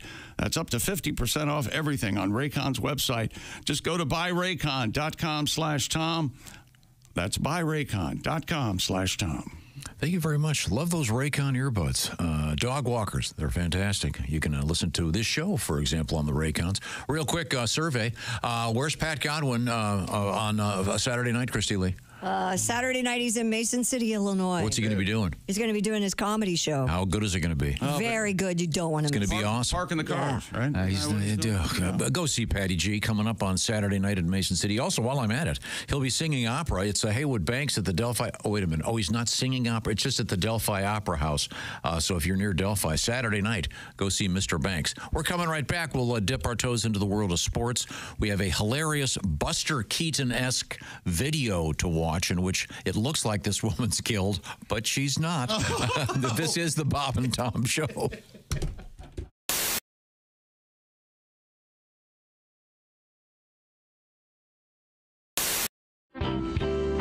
This is the Bob and Tom Show. Thanks very much for joining us. And we're doing kind of a musical chairs thing today. And, well, it's actually a musical chair right now because joining us in the studio, we have singer-songwriter, actor, and comedian Stephen Lynch. I throw in the actor thing because you spent a, how did you describe it? 9 months in hell. Sentence, was that the word you used? 9 months in hell is what I just heard. You were on Broadway. Do you want to give us give those that haven't heard about this the background on? The Wedding Singer. You portrayed the very popular Adam Sandler, Drew Barrymore movie about crazy kids in the 80s. Turned into a very successful theater piece. Very successful. Well, you did it for a pretty long time. Mildly successful. I mean, it was fun. But I had my toe on the trigger pretty much every day of the last 4 months of it.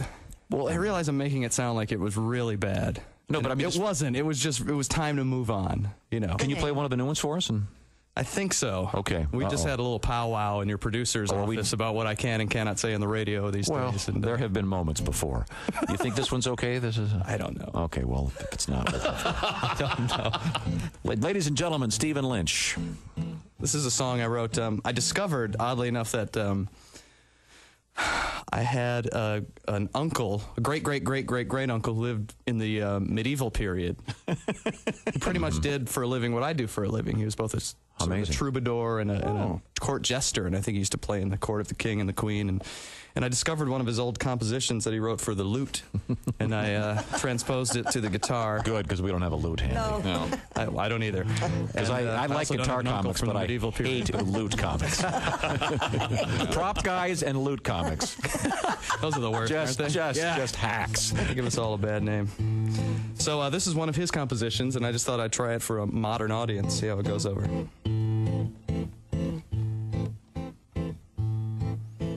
Come, fair lady, to mine bed we go, and verily sweet pleasures we shall know. Yet where thy belly meets thy limb, I beseech thee, give a trim, for thy bush doth overflow.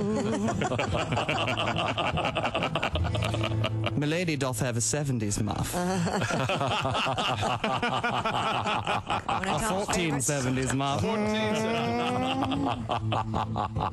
Zounds, it's as prickly as a Christmas wreath. Think it might hide some baby birds beneath. Pray, shave it off to make a coat.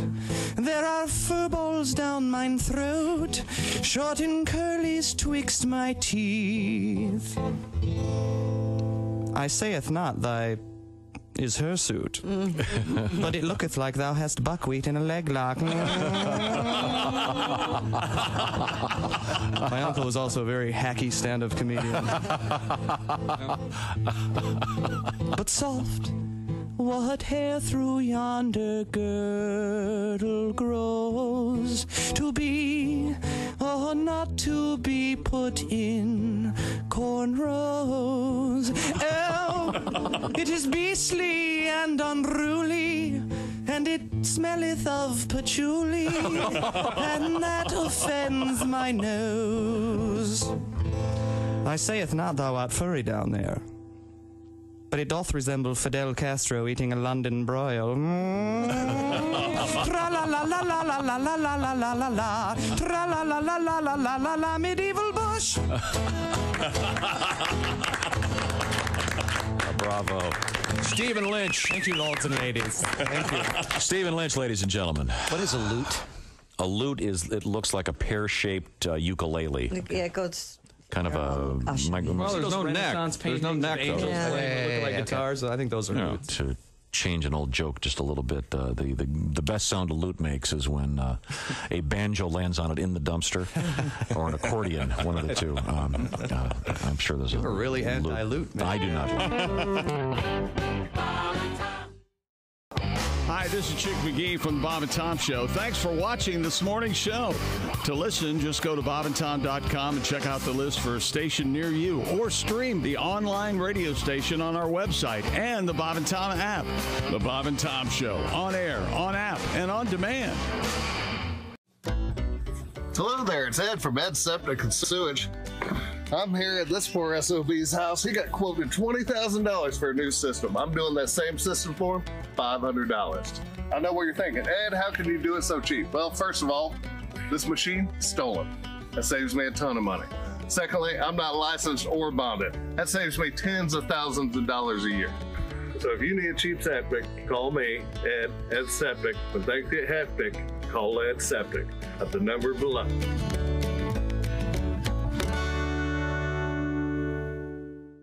From Ed Septic.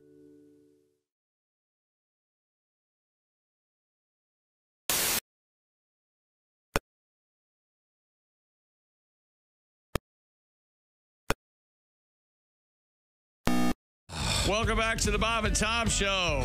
It's unbelievable. I'm going to say good morning to Josh Arnold at I Hate Steven Singer's sidekick chair because his mouth is full. Good morning, Nurture.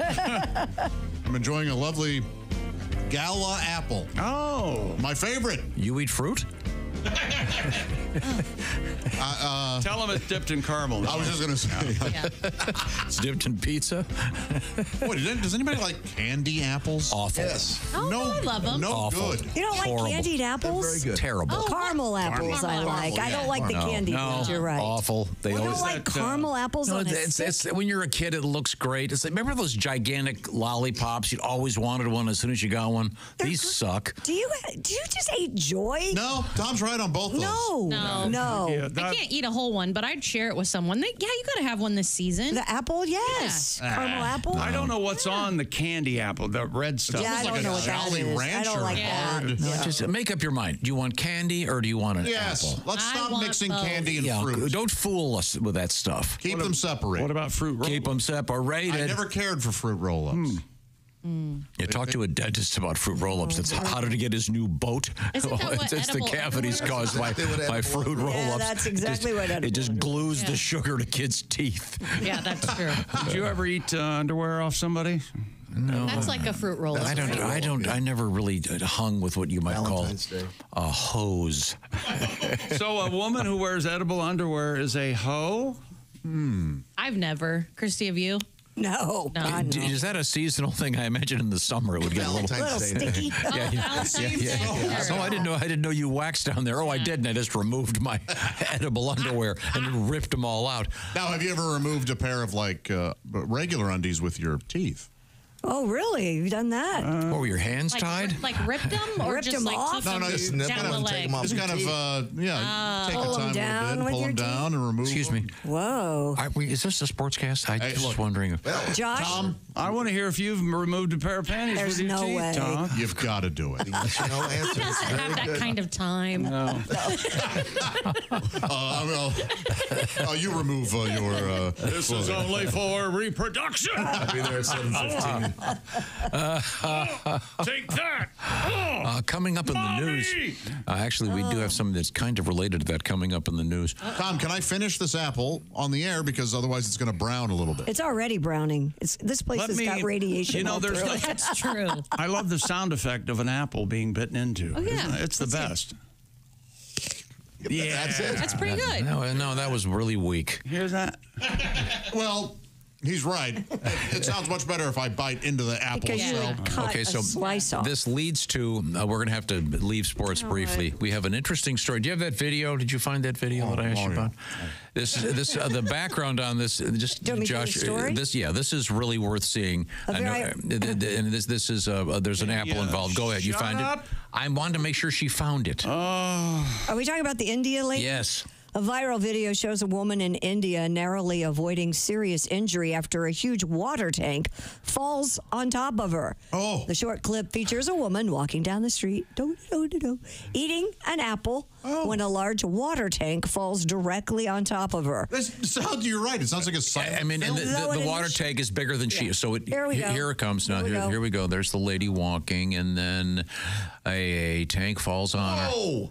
That's Though hilarious. it initially appears to be a tragic accident, a man rushes over just as the woman's head And she sticks her head out high. emerges from the open tank, the open top of the tank, apparently unharmed. So it's a hollow bottom. And it landed right on top of her. It's a hollow open bottom. Like 5 feet, gigantic. Steel drum kind of. And it looks like the famous Buster Keaton stunt. Remember the one where Buster Keaton's standing in front of the house and the house falls over and he happens to be standing where the window is? I've always heard that's one take. Yes, one take. Yeah, that's real. He really did that. Yeah. Apparently, this fell off of a rooftop that she was walking by. And it was amazing. It was an accident. It was an accident. I'm sure that guy didn't push it on top of her on purpose. Of course not. But it's amazing. What would a woman have to do to make a guy want to kill her? I can't understand that. Huh? That's an incredible video. Yeah. Funny. Yeah, but give it a little chance. We'll put a link to that up. It's gone I like viral. of course. I like the fashion in it. Can we put that lady back up? I like the wraparound. You don't have to really be in Sari? shape. Is that what they're called? Yeah, it looks like you're just wearing a blanket. S-A-R-I? Look at that. I Sari? like that, man. My friend Brazil's mom was always seen in that. Yeah. But you could try to recreate that 10 times, and you're going to probably bean her every time. Oh, and when she hit her in sticks the her head. head up, it's like, What? hello. What happened? She says. Yeah. And then this gentleman comes over and says, "Hey, are you all right?" It looks like a stunt. It does. Yeah. It's too perfect. Okay, well, let's move back to the sports desk. That, of course, is the Dude Wipes sports desk starring Chick McGee. Guess what time it is? What time is it? I think it's, Stupid world record. This is a good one. Well, first of all, we should really revisit the Cleveland-New York game again last night because Come on, man. Pinch hitter John Kenzie Noel tied the score with a 2-out home run in the 9th inning. And what's his nickname? They called John Kenzie Noel Big Christmas. Oh, that's a good name. That's right. That's and fun. here's the Spanish language Guardians Baseball Network. El lanzamiento viene al plato. ¡Batazo! ¡Feliz Navidad! ¡Feliz Navidad! ¡Con Kenzie Noel! ¡Acaba de empatar el encuentro la Navidad en octubre! He was drunk again. There's no question, though, that whenever we play these Spanish broadcasts, or remember the time you played the Japanese one, the level of enthusiasm is so great. Yeah. Those two guys. And I was listening to some baseball yesterday, and I just love baseball's the perfect thing for radio. You just love it. And the two guys are going back and forth talking, and sometimes it gets a little boring. They get a little sidetracked. And both Chick and I, I'm sure, have done this. Did you ever have to run a ball game and run the board back? Oh, yeah. Sure did. And when Minor league during the baseball. commercials, typically you take the broadcast and they're still in there talking, but you press the button down, and so they're not going over the air, but you can hear them talking. And wow, if you're ever a play-by-play person, remember someone can hear you even when those are off. I think if you ever wear a mic, you need to remember that Yeah, someone's listening. I heard some stuff. Look at some national I heard news some. anchors. I heard some stuff in today's world would be end of career. Yeah. Well, if you're outside anywhere, Yeah. cameras are. Yeah. Anyway, a bicyclist has broken the Guinness World Record for the longest so-called manual wheelie. Well, it's called a manual, and I added the term wheelie because it is essentially a wheelie, but then the distinction is made a little bit later on in the story. David Pivovarchik performed the technique cruising for a total of 2,702 feet with his front wheel off the ground. Yeah, but the trick to this is... Oh, you know the trick, huh? The wheelie. No, you're not pedaling. What do you mean you're not pedaling? Well, how does he go forward? How He's does he go- cruising that whole You get up to speed, and then you have to stop pedaling and just coast. Okay. Okay. Because when I first heard this, I go, I know a guy... My buddy Simi could do a wheelie. He could go around a track all day. Okay, I see what you're saying. Simi. You're not allowed to pedal. Simi. That was his name. Well, Simon was his name. Everybody was Simi. You don't know anybody named Simon? You act like I'm from Latvia or something. I don't know any Simons. I know a Simon. I don't know any Great guy, Simi. I don't know any Simon's Simons. great. Still Simon's a good guy? Yeah. Oh, okay. Just retired from the Navy. But so you can see that obviously getting up there and just staying there and just cruising is pretty tricky. So he had to. Like to see you do it, John. I don't care to do it. It says here he hit a top speed of 33 miles an hour. Think about that. Fast. Think about that. 33 miles an hour, and then he pops a wheelie and just goes flying. All right. Yeah, good for him. Pretty neat. Yeah. Fantastic. You know, so I'd like to see you do it on your penny farthing. Are we going to do that?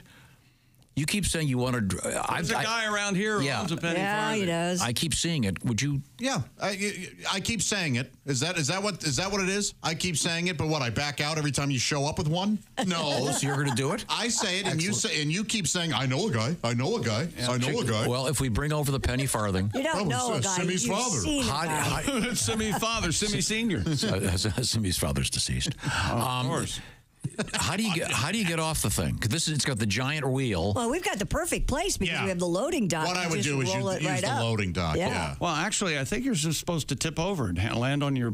I will tell you this: feet. there's no way I'm not tipping over. You're going to. fall. The Yeah, balance yeah. to hold one of those up is very different. Chick and I both know an orthopedic guy. He's your guy. My guy's a shoulder guy, you know him. Is he willing to do it for trade? He's retired, remember? I'll go to his garage. I don't care. What are cheaper. What are those things the firefighters used to catch people in? We would have to like walk trampoline side of you. With one of those we could run alongside. Trampoline thing. Do they still have those? I don't know. I think so. I think they have blow-up things now. Yeah. Oh. The last time I saw one was It's a Mad World. And in the cartoons, when the person hits it, then they go up and then they go higher than where they were before. And then they nothing funny. They move the net, and then he falls down into the manhole, right down into the sewer. Oh God, those are that's classics. funny. Oh boy, those were. You know, we played the video earlier of the lady just walking down the street and this giant tank lands on her and doesn't kill her. Uh-huh. Have you seen the one where the guy's walking on the street looking at his phone, not paying attention? He drops down a manhole. Oh, an actual manhole? Yes, a real man. It's fantastic. That's amazing. Yes. That doesn't actually. Oh, it's the best. It's real. That guy's got a lawsuit. He's going to own half of Newark or wherever that was. Well, let's get back to the sports page. Nope, that's sports. Oh, that's it? Okay, well, they're very good. Good night, everybody. Christy, what do you got coming up? Coming up? Or do you want? We have time to do a story. Let's do a story. Okay, what do you got? A California woman says she is tired of people crashing into her backyard. Alicia Wolfenbarger has lived at her home behind Kendall Drive in What's her San last name? Bernardino. Wolfenbarger for about a decade, and at the time has seen 4 cars crash into her backyard. The most recent incident happened a month ago. Miss Wolfenbarger explained that if drivers are speeding, they can lose control on a sharp curve and go careening off the road into her yard. A San Bernardino city spokesperson said a speed warning sign as well as rumble strips have been added to the road, but they are now considering adding concrete barriers to that part of the curve. He also said you shouldn't have bought the house, bitch. The homes in the area. It wasn't helpful for him. No. I kind of have the same problem over here. My son's house, that happens. What? Oh, because they go straight, they miss the turn because he's on a T. He's at the end of a T, and someone just ran up his lawn again last week and knocked out. I've got to find out. I got to get a lawyer on this. Can I put giant stones in front of that? Yeah, you can put rocks. Yeah. Yep. Mm-hmm. Or On your plant property, trees. That guy did it down here on the He corner as absolutely we did. came in, as you come in, and that right or left. And somebody got killed there 2 years ago. What? Yeah, they hit that thing full speed. Hit the rocks? Well, so which is it? You want the rocks or you don't? I don't care. The guy was. The guy hit those rocks full speed? Yeah, it killed him. You didn't know that? In the corner right who there? knows there. How much of this is true? Absolutely true. What, was he on a unicycle? How did I not know that? Yeah, absolutely. Because he just made it up. I did not just make it up. You guys pool together your money. I'll get the police report. Why do you listen to him?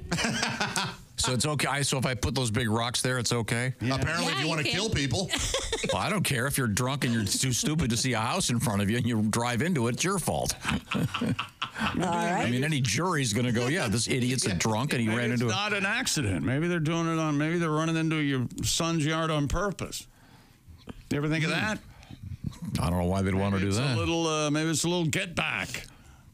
Maybe, Okay, maybe it's a neighbor fight. You ever been in the neighbor fight? It's not pretty, Tom. Oh, it gets ugly quick. Oh, Really? boy. His brother is his neighbor.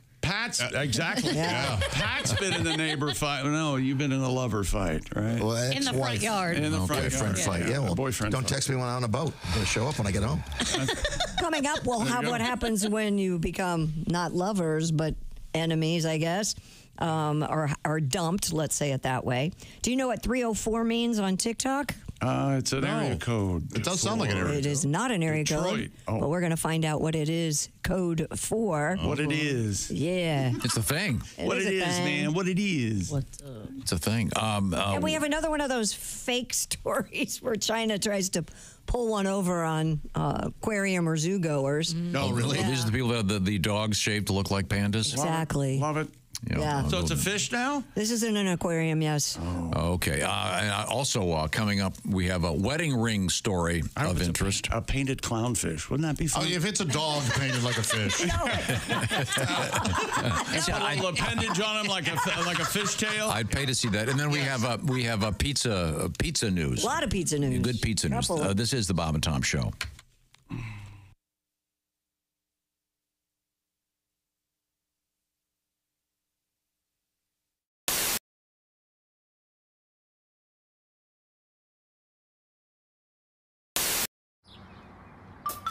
Is that Chick McGee? Why, it sure is. Chick McGee, who knows that an annuity from the folks at Silac Insurance Company means a retirement check in his mailbox every month. Chick works on perfecting his mailbox opening technique. Easy, Mr. McGee. Don't blow that elbow out. Chick isn't quite retired yet. He's just practicing for it. Because one day, Mailbox McGee will be taking his retirement the easy way. SILACINS.com. Silac Insurance Company. Oh, definitely. Yeah, that gives you the... Oh, yeah. So you can't see the outline. Yeah, but, with jeans, it definitely gives you the J-Lo butt. Yeah, if that's what you want. Yeah, baby's got back. And now Chick McGee has tried on a pair of these, and Chick is known for having no buttocks. How much do you want on video? What do you mean? We want it all, baby. Money shot. Like that? Oh, there we go. There we go. That's what I like. Let's get Christy in there. Oh yeah. There's almost no difference. I mean, right here.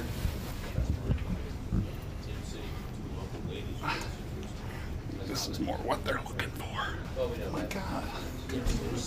Shot on our front porch, but you don't have to know. Chick, come in, on Chick. and, Okay, Chick has and yeah. Okay, Chick has them on. And, oh, dear God. He's got a shelf ass. Now, wait a minute. What did you... I have a shelf ass. You have a shelf ass. I have a nice ass. What did you do? You look like you turn around. Let me see you from the side. I can't recommend these booty pops enough. Let me see the profile. Oh my God! You got a basketball in your ass. No, that is not just the booty pop. What did you do? What did you put back there?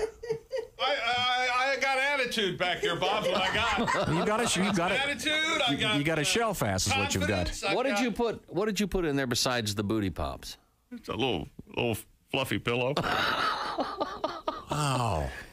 Well, if that's the look you're going for, yeah. You know what? All the girls will talk about you at the club. Oh yeah. Oh, it makes me want to. It makes me want to do a joke that only 4 of us would get, but we'd never forget the moment. But I can't do it. All right. You know, that is a. Well, that's you got a big shelf really ass a good now. That is a good. It makes you taller. Look at that! It improves your posture. What do you think? I'm not all hunched over. Oh, that's funny. Oh, it feels like I have a really awful hemorrhoid. Well, it looks like a big awful hemorrhoid. Okay. Oh, I got to get this off. It's really, really hot. I'll bet. Well, you probably weren't supposed to put the extra padding in Ass there. is sweating. Okay. Got this lycra. And... Christy, is your ass really hot right now? No. Because Christy's also wearing the booty pop panties. Is it breathing? But Christy didn't put a pillow inside of hers. I'm just. Yeah, that's they look pretty probably good. what I it got to is. tell you, Christy. Do they? Yeah, they look very nice. If you're into that It's a sort of little thing, warm. You don't like a big butt? not that shape. No. Oh. Well, it's not. It doesn't make. It doesn't make your ass look huge. It just gives you more lift in the back there. Yeah, it looks rounded. a little. It's not making your it hips looks like hips the butt wider. is too high. Oh. You know what I'm saying? Let me see one more time. You want to feel it too? Just turn to the side. Oh, feel it. Oh, let Go over it. and feel. Yeah, Oh, wow. There you go. Come on. Yeah, squeeze it. Come on, Tom. Go over there. Tom. Squeeze. Go, baby. Go. Yeah, there you go. Yeah. Oh, yeah.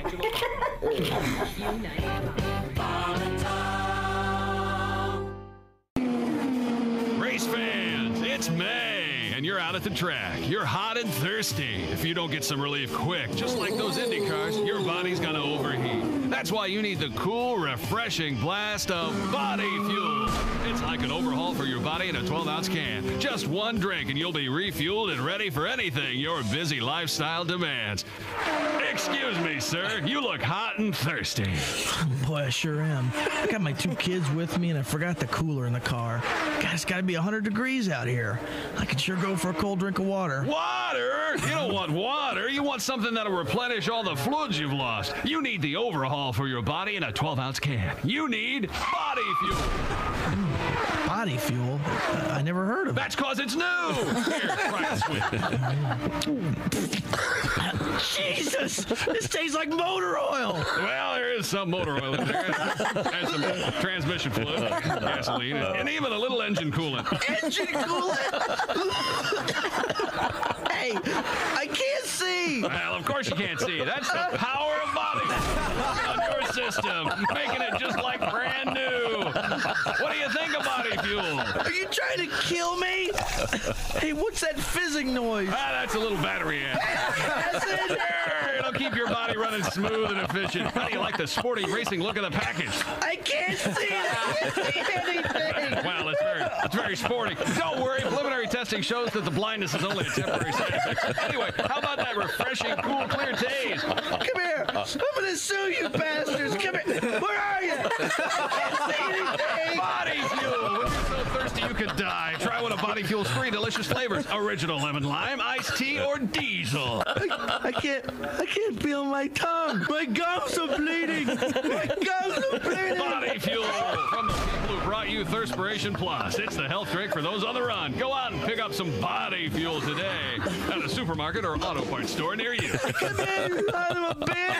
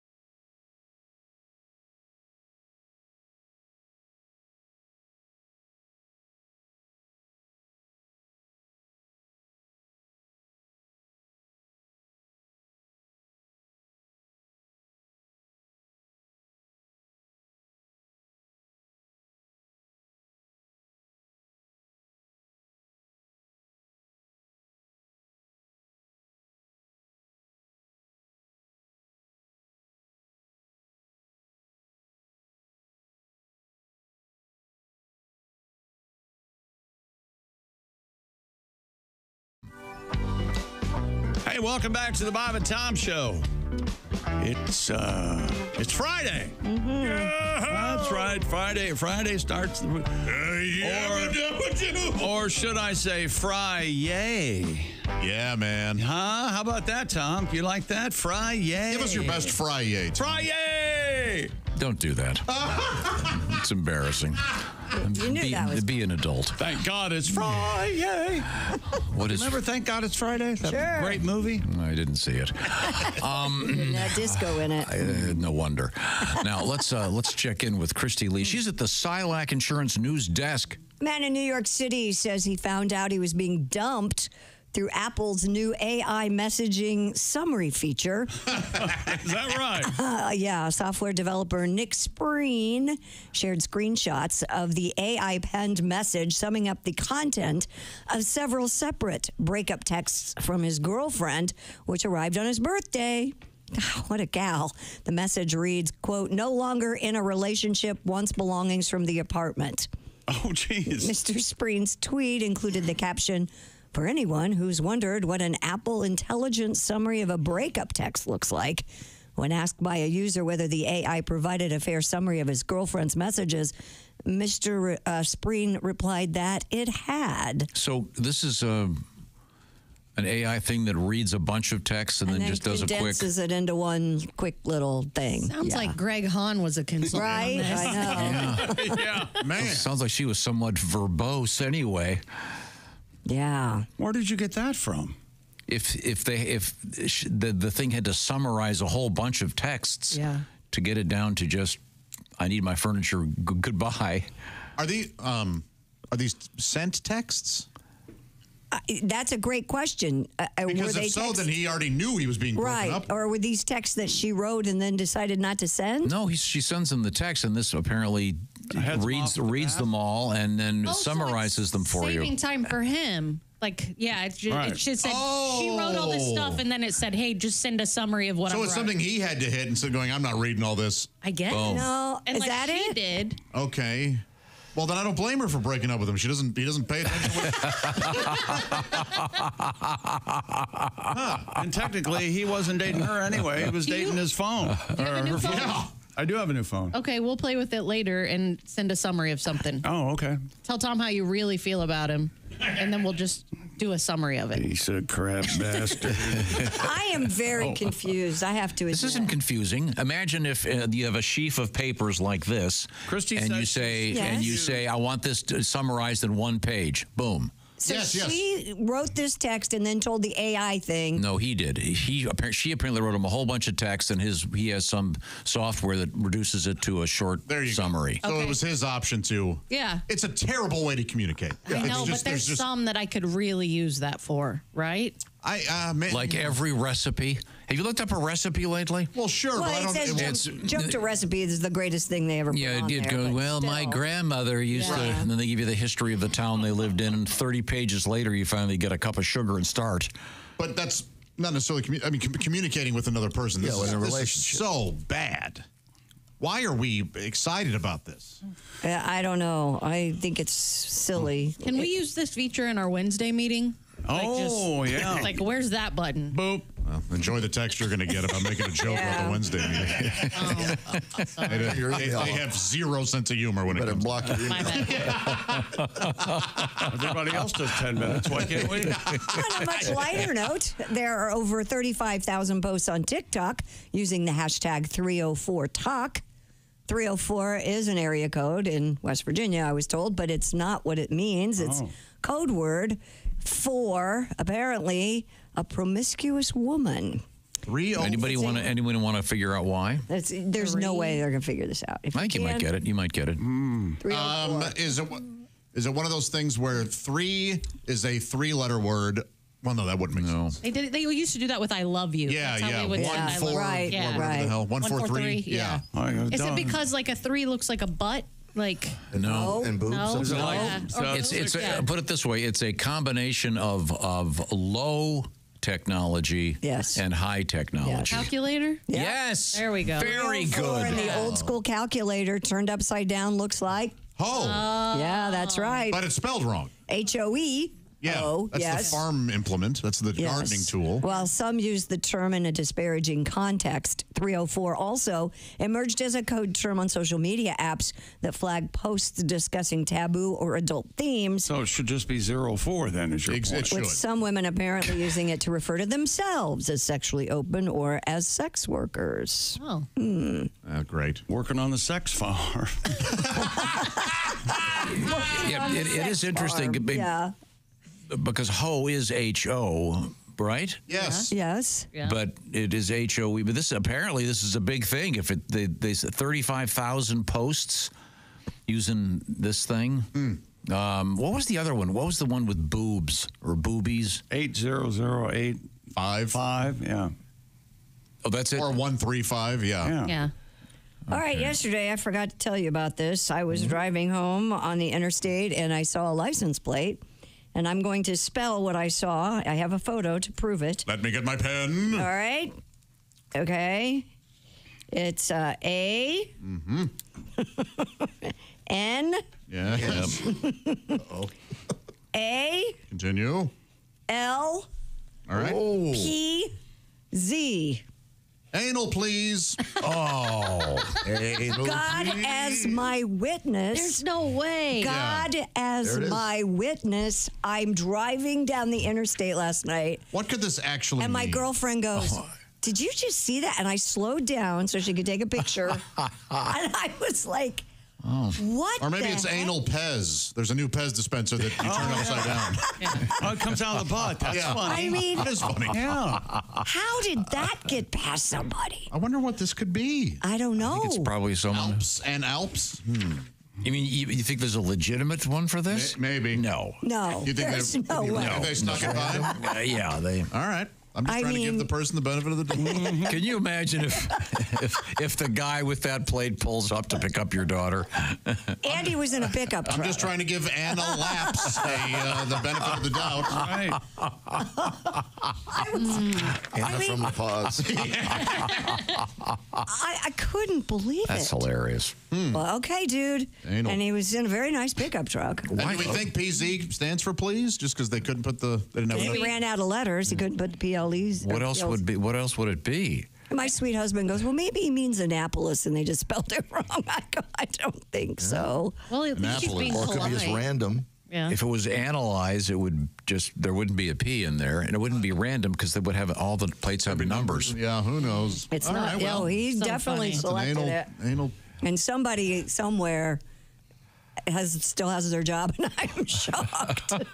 Well, I mean, the people that are working hard at the license bureau don't have time every But I thought- joker that comes in with a. I thought we had a list they're of busy all. bean miserable grouches. Oh no, they're great now. Oh, They're who are we wonderful afraid people. of now? Oh, the people that license. Now they'll never come on the show. Bad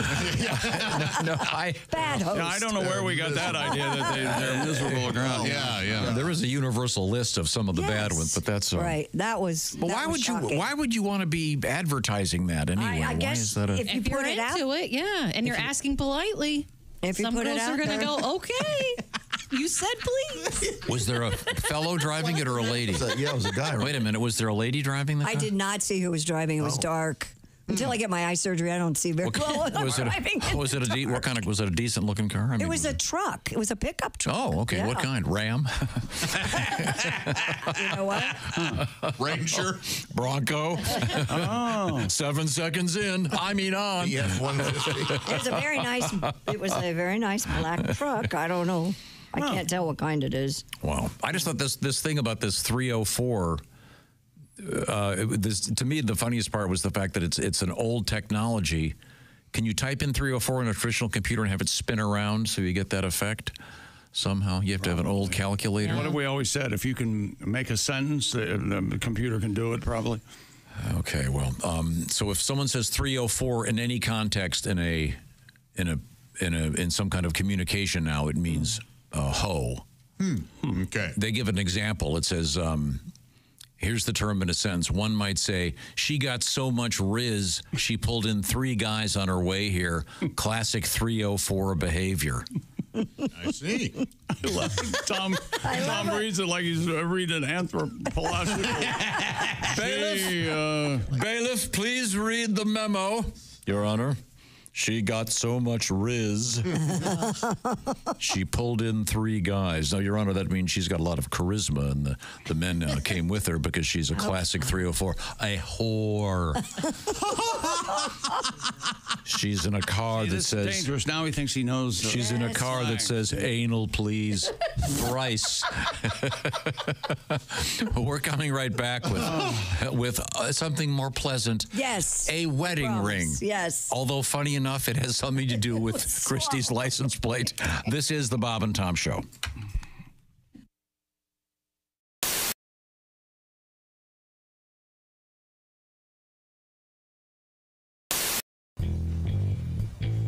A look at their car is perhaps the best way to introduce the uninitiated to WFBQ Radio's morning team, Bob and Tom. The pink and camouflage junker features 3 hood ornaments, a bowling trophy, the hind quarter of a horse, and a jar of tartar sauce that will have to be explained elsewhere. 295 Night Ranger when you close your eyes. It's 8:42. You're with Bob and Tom on a 2 for Tuesday. Good morning. Howdy. Great. Holmes. Sherlock. Let's play word association. Okay. Howdy. Holmes. Sherlock. Holmes. John C. With Bob and Tom. Holmes. The human tripod. I see. Okay, I'm sorry, Bob. That's all right. From 6 a.m. and for the next 4 hours, Bob Kavoyan and Tom Griswold fill the airwaves with jokes and pranks that range from silly to hilarious and from bawdy to sick. Why is sex like air? Why is sex like air? I give up, Bob. Because it's no big thing unless you're not getting it. They deliver a National Lampoon sort of humor that leaves the audience laughing while wondering how Q95 can broadcast some of the things they say. Half the joke is in your mind. The joke isn't stated outright. The person has to put something into it to get something out of it. Yeah, they're fun, and people like them. People enjoy them. They laugh at them. And there's an alternative. You can always change the channel. But people aren't. After 2 years on the air, Bob and Tom have taken Q95's morning show to the top of the volatile morning FM ratings. WFBQ is the third radio station the zany team has worked for. After 6 years together, they've got the routine down pat. Bob runs the audio control board, plays straight man, and provides the program's famous laugh. Amateur phylactics. Amazing concept, I think, and I think it's going to go far. Tom sits on a mound of notes and papers to provide the program's often quoted jokes and many of its voices. Oh, hello, Mohandas. Hello, Bob. How are you? Oh, I am fine today. Hello, Tom. Hi, Mohandas. You look very good today. Thank you so much, Mohandas. Much of their banter is off the cuff, with an occasionally rehearsed punchline off mic during a song. Only if it makes you late for the ceremony. She's controversial. She's provocative. She's the famous sex therapist, Dr. Ruth Weisboner. Good morning, Dr. Ruth. Good morning, Tom. Good morning, Bob. Good morning, Dr. Their regular spoof on Dr. Ruth Westheimer features some of their more risque humor. Is it wrong to have sex before you're married? Is it wrong to have sex before you're married? Well, no, as long as you're not late for the wedding.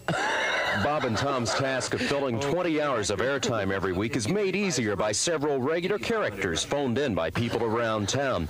Nightclub owner Sonny is a favorite. Great approach. How are things going out at the track? I know you're running the mystery flesh tent this year. Everything is going just fine, Dow. I bred that baby up, throw it in some shortening, and serve it up. It's the mystery flesh tent, Dow. That's located, of course, in Turn 1. It's right there in Turn 1 where people seem to be the most hungry and the least discriminating.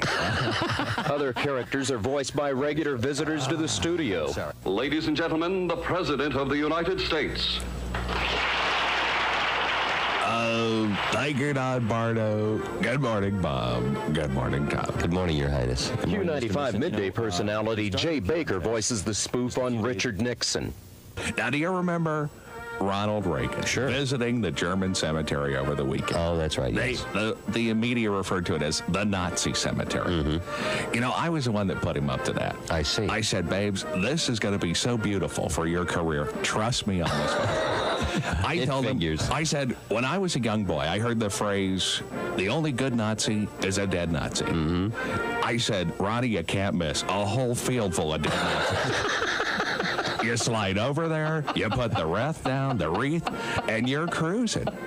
Bob and Tom say they get very few complaints from listeners as they poke fun at every special interest group imaginable, and station management has left them unrestrained on the limits of their humor.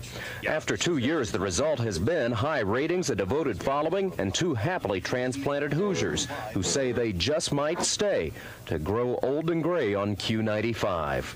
Could be. It's very possible. In fact, it's already started. Bob's getting gray. Yeah. Tom's getting old. Yeah. This is Greg Todd, Channel 6 News. Oh, I feel so much better now. You know, Bob. Yes. I don't want to say that most of the women that you go out with have questionable morals or anything, but last night. I'm Donnie Baker, and I'm going to be a pro baseball player. I swear to God I am. A lot of people think you get in your mid-30s and your career's over, but like I always say, until they stop scouting, I ain't going to stop playing. The fact remains, I'm probably the best player I know of. My Little League coach held me back because his son had a decent curveball. There's a certain range I've got, but I basically put my hopes in this. I had a full-ride scholarship to play ball at the University of Phoenix, but I had Tommy John surgery on both knees, so I don't... Can we stop now? I'm also a pitcher. I can pitch. I've got what they call a rubber arm. I can throw right-handed for days. I can throw left-handed for days. A lot of people, you know, I'm basically amphibious. So I've told coaches before, put me on the mound. The secret to pitching for me is I like to check the runner when there's nobody on base. Throws a hitter off. I swear to God it does. This is third base. I've been there before, but usually it was after proms, man. But I probably know more about the scoring position than anybody I know of. Basically, my knowledge of the game, I've been taught in different ways, but I've also invented things. I like to get my lead at third base backwards. That way the pitcher thinks there's nobody even here. It's a lot easier to steal home, and with my martial arts expertise, I've been trained at Discount Karate to scissor kick the catcher, and I could even break his karate artery if I had to. So there's no chance of a Pete Rose situation at home. I win it every time, especially if I got my Wolf shirt on. Hi, this is Christy Lee from the Bob and Tom Show. Thanks for watching this morning's show. To listen, just go to bobandtom.com. Check out the list for a station near you or stream the online radio station on our website and the Bob and Tom app. The Bob and Tom Show, on air, on app, and on demand.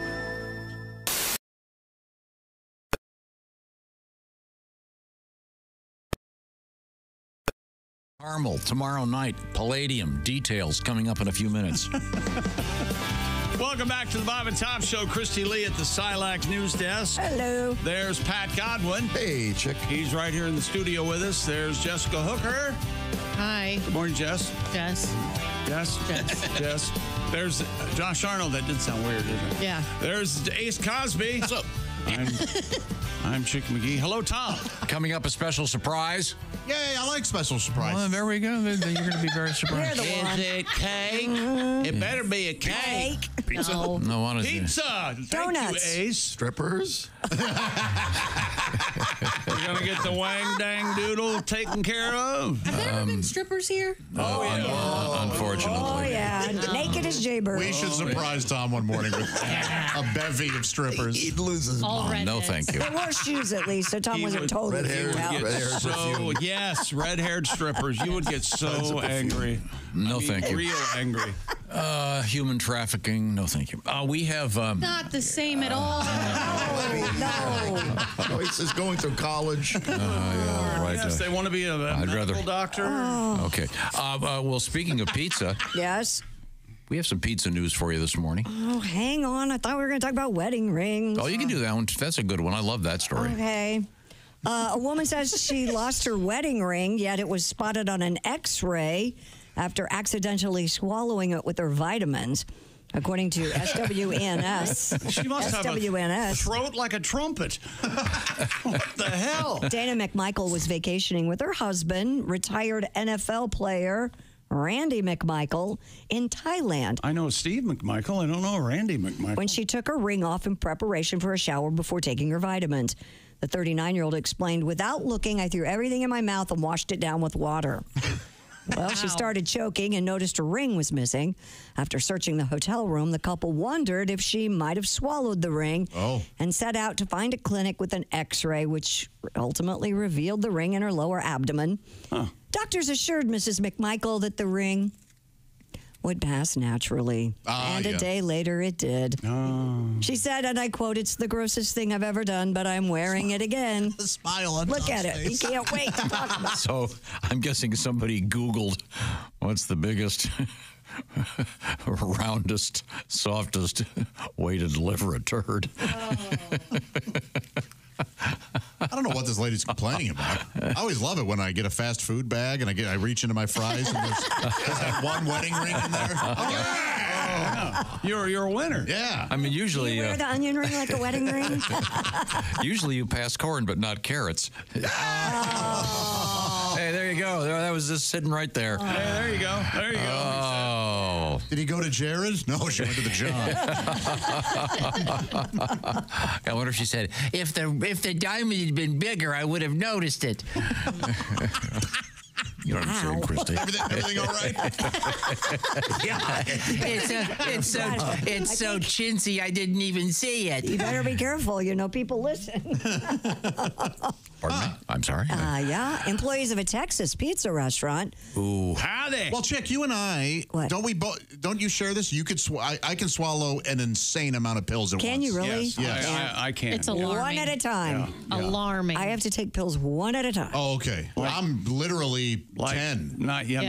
20. Yeah. But can't you open your throat and just like pour liquid down? Yeah, I can do that too. Yeah? Yeah. That's wild. If I wanted to work on that's it, kind of how I could chug. Well, now we're back to deep throat. Yeah, the deep throat story from before. That was the whole Linda Lovelace sword swallowing thing, if Is that you what will. you do when you leave here? That's right. That's how I augment my income. Yeah, that's a car payment at the bus station. Down at the bus station. That's right. Gargling. Now it's coming from over there. I feel so much better. Yeah, so one pill at a time, Christy? Absolutely. I could do probably four or five. Yeah. I think it's just because you like to be difficult. I do. Exactly. There it yeah. is. Lean into it, girl. That's it. Yeah. I am tough to get along with. Horrible to live with. Yeah, in this room. No doubt. Keep going. In this room, that's you. Employees of a Texas. What if we turn on the camera at Christy's house and Andy's in a cage? Hey, quit your whimpering. He's just like, I'm so sorry. help me. Employees of a Texas pizza restaurant fended off a would-be thief in a violent brawl. According to the New York Post, the 19-year-old suspect... No kidding. Did he really? Yeah, and they beat the crap out of him. Don't be surprised if this manager is fired. Yeah, I was going to say. Yeah. In one of those ridiculous 100%. decisions. But who's stupid enough to rob a pizza restaurant? I don't know. Are you kidding? What did Willie Sutton say? That's where the money is. That's where the money is. Yeah, maybe it is. Maybe he just wanted all the dough. Oh! Amusing and cute, right? Yeah. The chick. I'm stunned. That's like that's an Ace Cosby joke. How about this one, Ace? When he gets to prison, he'll be called Pizza Butt. What? No. F. No. Pizza butt. Pizza butt. What is He that? wanted to say pizza. There you go. Pizza. Why did you say pizza? I was trying to be delicate. You know how All right. We have another pizza story. Authorities in boy. Florida arrested a woman for throwing a tantrum over what she called a cold and uncut pizza. Can we get to that after Pat Godwin's pizza song? Are You got a pizza song for us, It's Pat? not a Pat Godwin. It's me, Luigi has a Well, I figured if he had a pizza song, there'd be two pizza stories that would all work. Well, he got real. All right. Never assume when I come into town. Where's your girlfriend? Luigi Accusatory. What about did your not bring girlfriend? Gina Statutory. I brought her just hooker. I brought her just hooker. So Gina Statutory's not here. She won at Diddy's parties? No, she went to one time and many pictures, so we're keeping her at home for a while. Because she's a, what is it, a 314? What was it again? 304. She's a 304. All right. You familiar with that term, Luigi? I am not. 304? You know, a lot of people say, oh, that Diddy situation, boy. And I go, yeah, I know. Oh, you're horrified at the details. No, Tom won't stop talking about it on the air and off the air, about all the details. Yeah, that new song? Oh, God. What's the new song? Did he please lose my number? That's very good. Nobody's talking about how much fun they all had, though. Yes. Can we get a little bit of a nice angle on it? They kept going back. Oh, no? Okay. Yeah, they did keep hanging out with Diddy, you know? Go ahead, Luigi. You want to hear my song? Is that what? I brought her just hooker, and I want to sing for her. Sing it, boy. Is this about the guy robbing the pizza joint? Oh, yeah, boy, he had his ass handed to him. Oh, the mugshot, they beat the crap out of him. When some goon thief gives it a try while you're making a pizza pie, that's a moron. When the idiot tries to steal while folks are having a meal, it's a game on. We're gonna ring his bell, grab his gun, call the cops, and they'll be singing, please no more. He'll do some time for this armed crime, and his behind will be sore. For Randy Feltface. Yes, they call him a pizza ass. Not Randy, but the other guy. Very nice. Ah, Luigi. We'll wrap this up real quick with our lady in St. Pete, apparently. The 23-year-old St. Petersburg woman, a Miss Ricky Holly, became upset because her pizza was delivered to her residence cold and uncut. She allegedly drove to the restaurant where she fought with employees, flung the pizza at them, and damaged the store's phone. She was arrested for criminal mischief. Why they what? The customer's always right. Not in this case. It was cold and uncut. I would. Well, if it had been cut, break a phone too. If it was, wait a minute. If it wasn't, that's so she threw the pizza at him, right? Because it wasn't she could frisbee it because it hadn't been cut. Yeah. If it had been slices, she couldn't have done it. No. Doesn't say what pizza place it was. Yeah, didn't I say Domino's? I thought it was Marcos. I thought it was Pizza No, Hut. it's Domino's. Domino's. Marcos was Domino's. Marcos was the other one. That's would have been weird if it was. Would have been weird if it was Papa Murphy's. Yeah, because they are not good. Yeah, you got. Hey, it's cold. You're supposed to cook it. You see, you take it home. I love this. I'm still going to break your phone. Hey, you want a pizza dish? I like to go into Papa Murphy's and go, I'll eat it here.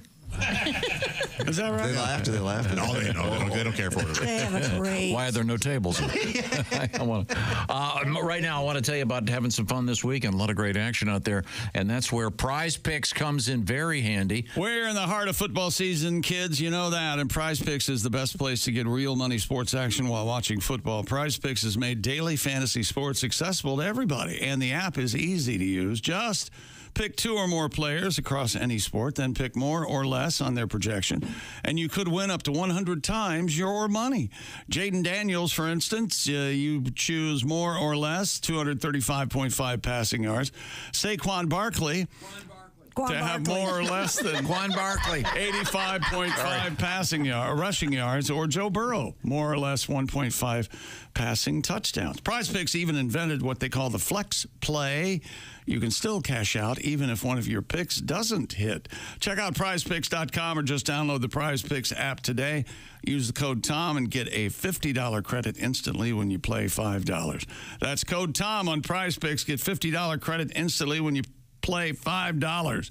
You don't even need to win to receive the $50 bonus. It's guaranteed. Prize Picks, run your game. Must be present in certain states where it's lawful to wager. Visit prizepicks.com for restrictions and details. Thank you very much, Chick McGee. And a special surprise coming up in a matter of moments. I'm not kidding. This is going to be so exciting. This is the Bob and Tom Show.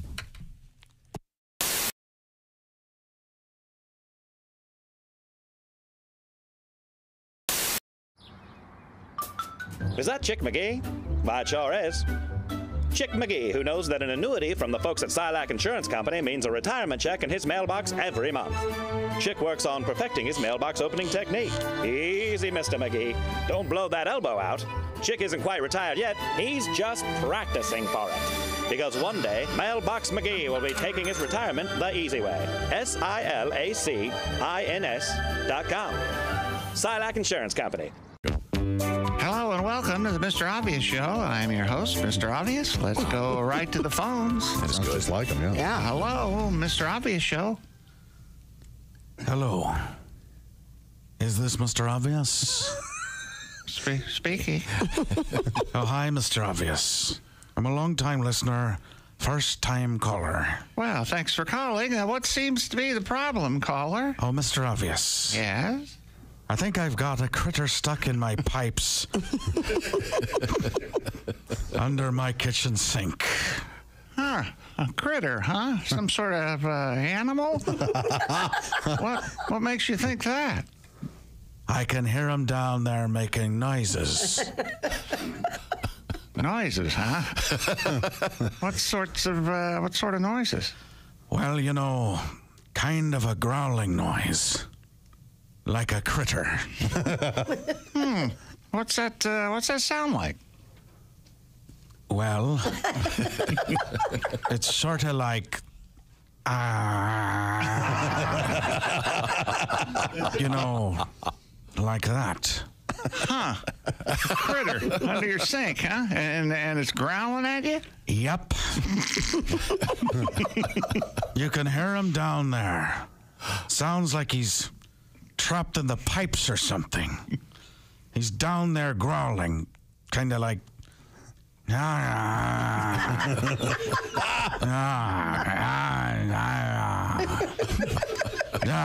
Is he padding the part? What's going on? I see. So this happens all the time? Mostly it seems like it happens after dinner. When my wife rinses leftover food down the drain, you can hear him down there eating. Eating? Yeah. Huh. You know, like that. Now, caller, is there anything else that seems to cause this growling? Well, now that you mention it, he seems to do it every time she flips that light switch on by the sink. Light switch, huh? Yeah. There's the switch by the sink. But it don't turn nothing on. She'll flip it sometimes while she's doing the dishes, and boy, it makes him mad as anything. Who else have you met? Anybody else? I've met everybody I do except for Denzel Washington. He's the one I haven't met. Is anyone upset by your imitation? Yes. Oh. Yes. Oh, thanks for bringing it up. Yes, there's Kanye had a lot to say. But really? He's usually so no, right? I'm like, well, did you really count that as him being mad? That was just him being Kanye. Yeah, that's dope. Shannon Sharp hates my impression of him. He cannot stand it. I'm guessing because it's accurate. You know, that's what I believe. I thought it was spot on. I thought it was amazing. And you know, the fact that Thanon doesn't like it is just offensive to me. But you know, some people, I hear you. Some people just, skip.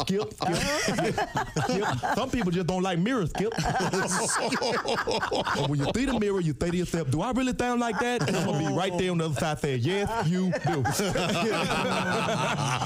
Shannon hates it, man. It's everybody else. I haven't. And Ben Carson had a little bit to say, but he ain't popping. So whatever. You know what I mean, he can say whatever. I pretty much it was a character pretty much. He was sleepy. It wasn't even an impression. I did these little cat hands. You know, the hands with the hands like this, and I would turn my face, and so many people would ask me, they'd come to my shows, can we do the Ben Carson pose? I was like, this is actually a thing. Yeah. I didn't think it was a thing, but so there's people sending me pictures posing like this. Even somebody sent me a picture of their cat doing it. Their cat. There was a picture of a baby. He was doing it. I was like, I did not know that this obscure impression had so much premise over you all night. I did not know that. And what is he, like secretary of something? He may be retiring. He's secretary of housing. We don't gotta, you know, let's get past him. We just want him to have, something really high profile so you can bring it back. Oh, I wish, man. He just needs to go fill out an application and work at Arby's. I want to parody that. Do you have a philosophy on doing impressions of people who are no longer with us? Do I? I mean, you're okay can you with do Taft? You mean William Taft? William Howard Taft. No, but my FDR is pretty dope.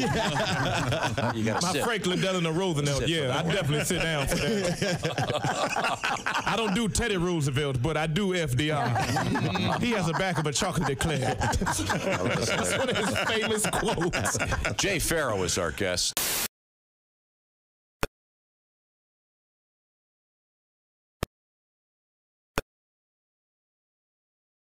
Hey, welcome back to the Bob and Tom Show. There's Christy Lee. There's Pat Godwin. Jess Hooker's here. There's Josh Arnold. Hi. I Hate Steven Singer's sidekick chair. There's Ace Cosby. I'm Chick McGee at Dude Wife Sports Desk. Hello, Tom. Hello, Chick McGee. Our special surprise. Go. We do have a special guest There he is. joining us.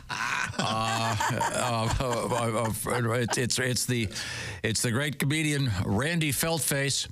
Randy, what a great pleasure it is to see you. How are you? My gosh, it's so great to be back here. Thank you so much for having me back after all this. It's been a year at least since last. You put me in the broom cupboard. I feel like I don't know if you're picking this up on the live stream, but I'm in another room. I've been quarantined. Well, it's COVID. I could have stayed in bed and done this on Zoom. What is this? Look at this beautiful backdrop. It's very theatrical. Yeah. Yes, Mr. Feldface actually is right. I can see you through the glass, Randy. It's a great pleasure to see you. And Randy's dancing for us right now. Yes, just a bit of a visual gag for the radio. It's okay. Randy, we are doing a live visual feed out there. Oh, great. Okay, this might work well on the feed then. Let's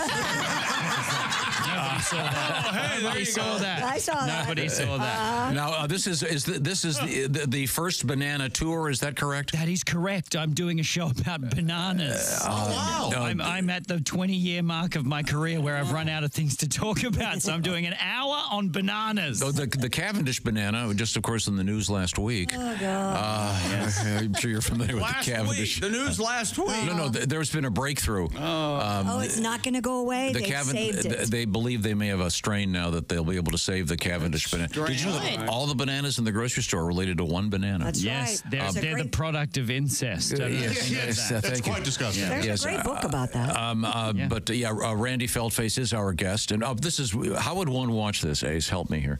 YouTube. Thank you very much. Tune into YouTube. I have a face for radio. It's great. And currently on tour. And you're going to be heading up to Canada, and apparently your manager decided to send you there in the winter. I know. The routing on this one is a little wacky. It's somewhat unclear. Yes, I'm going to be in Kelowna in British Columbia in November. So that should be fun. Toronto, Halifax, Nova Scotia, all over the place. Yeah, cool. Well, New Brunswick. Yeah, it's great to see you again, Randy. Look, it's an absolute delight to see you through 6 inches of plexiglass. It is. Tour with the First Banana Tour. Is First Banana a slang term from Australia? Does that mean anything special? No. Well, it's a bit of a play on second banana. Yeah. You know, you've got a second, a third, a fourth, a fifth, and a sixth in that studio. I'll get you. You can pick your own rankings. I see. We all know. Oh, I see. So, Chick would be in the traditional showbiz parlance the second banana. Yes. Second banana and then the third banana. But I was not aware that there was a first banana. Yeah. Well, that's good to know. Yeah. If you want to know more about the actual origin of First Banana and the way it works in the show, you're going to have to come down to Helium Comedy Club this weekend. All right. Actually, I'm going all over the states, too. I've got a bunch of dates left in the Americas. San Antonio, Atlanta, Portland, Chicago, Philadelphia, Pittsburgh, and New York on December 15th. Where are you going to be in the city? Do you know? At Town Hall in New York City. Yeah, really cool. big one. Big theater to finish it off. All Bringing right. it home in style. How do you primarily travel, Randy? In a suitcase, overhead luggage. I see. Carry on. Every time I go through airport security, it's a nightmare. Yeah. Now, have you always been Randy Feldface, or is that a stage name? No, that's the name I was given as a child. I see. I've always been Randy. But actually, I just went with Randy for a long time. Feldface, I finally added the surname after about 15 years. Apparently, it looks better on a marquee. No one wants. I was trying to be Prince of the comedy. just Randy. Yeah. That's purple, why I'm purple. Exactly. Yeah. Now, is Randy in Australian? In the word Randy in Australia, the way it means horny here. Yeah. No, we're not 304 on our way through that.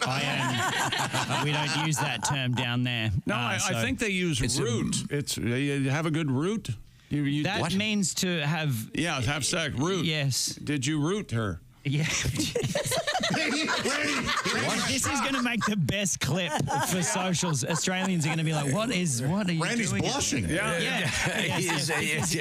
turning magenta. Yes, exactly. Well, here, if you're rooting for someone, you're supporting them. Yes. Cheering them on. Yeah. If you're rooting for a team, you are a hoe.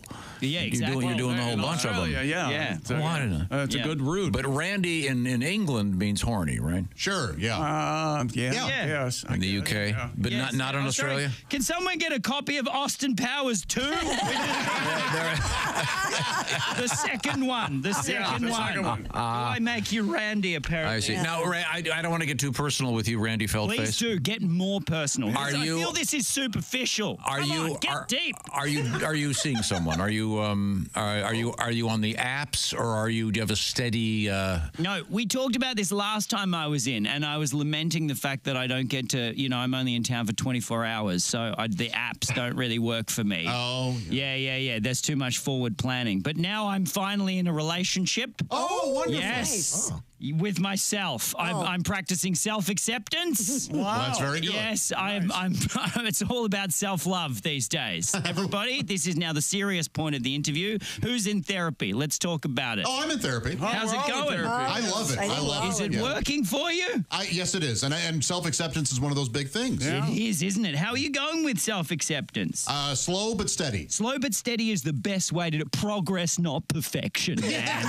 You got this. I see you. I love you.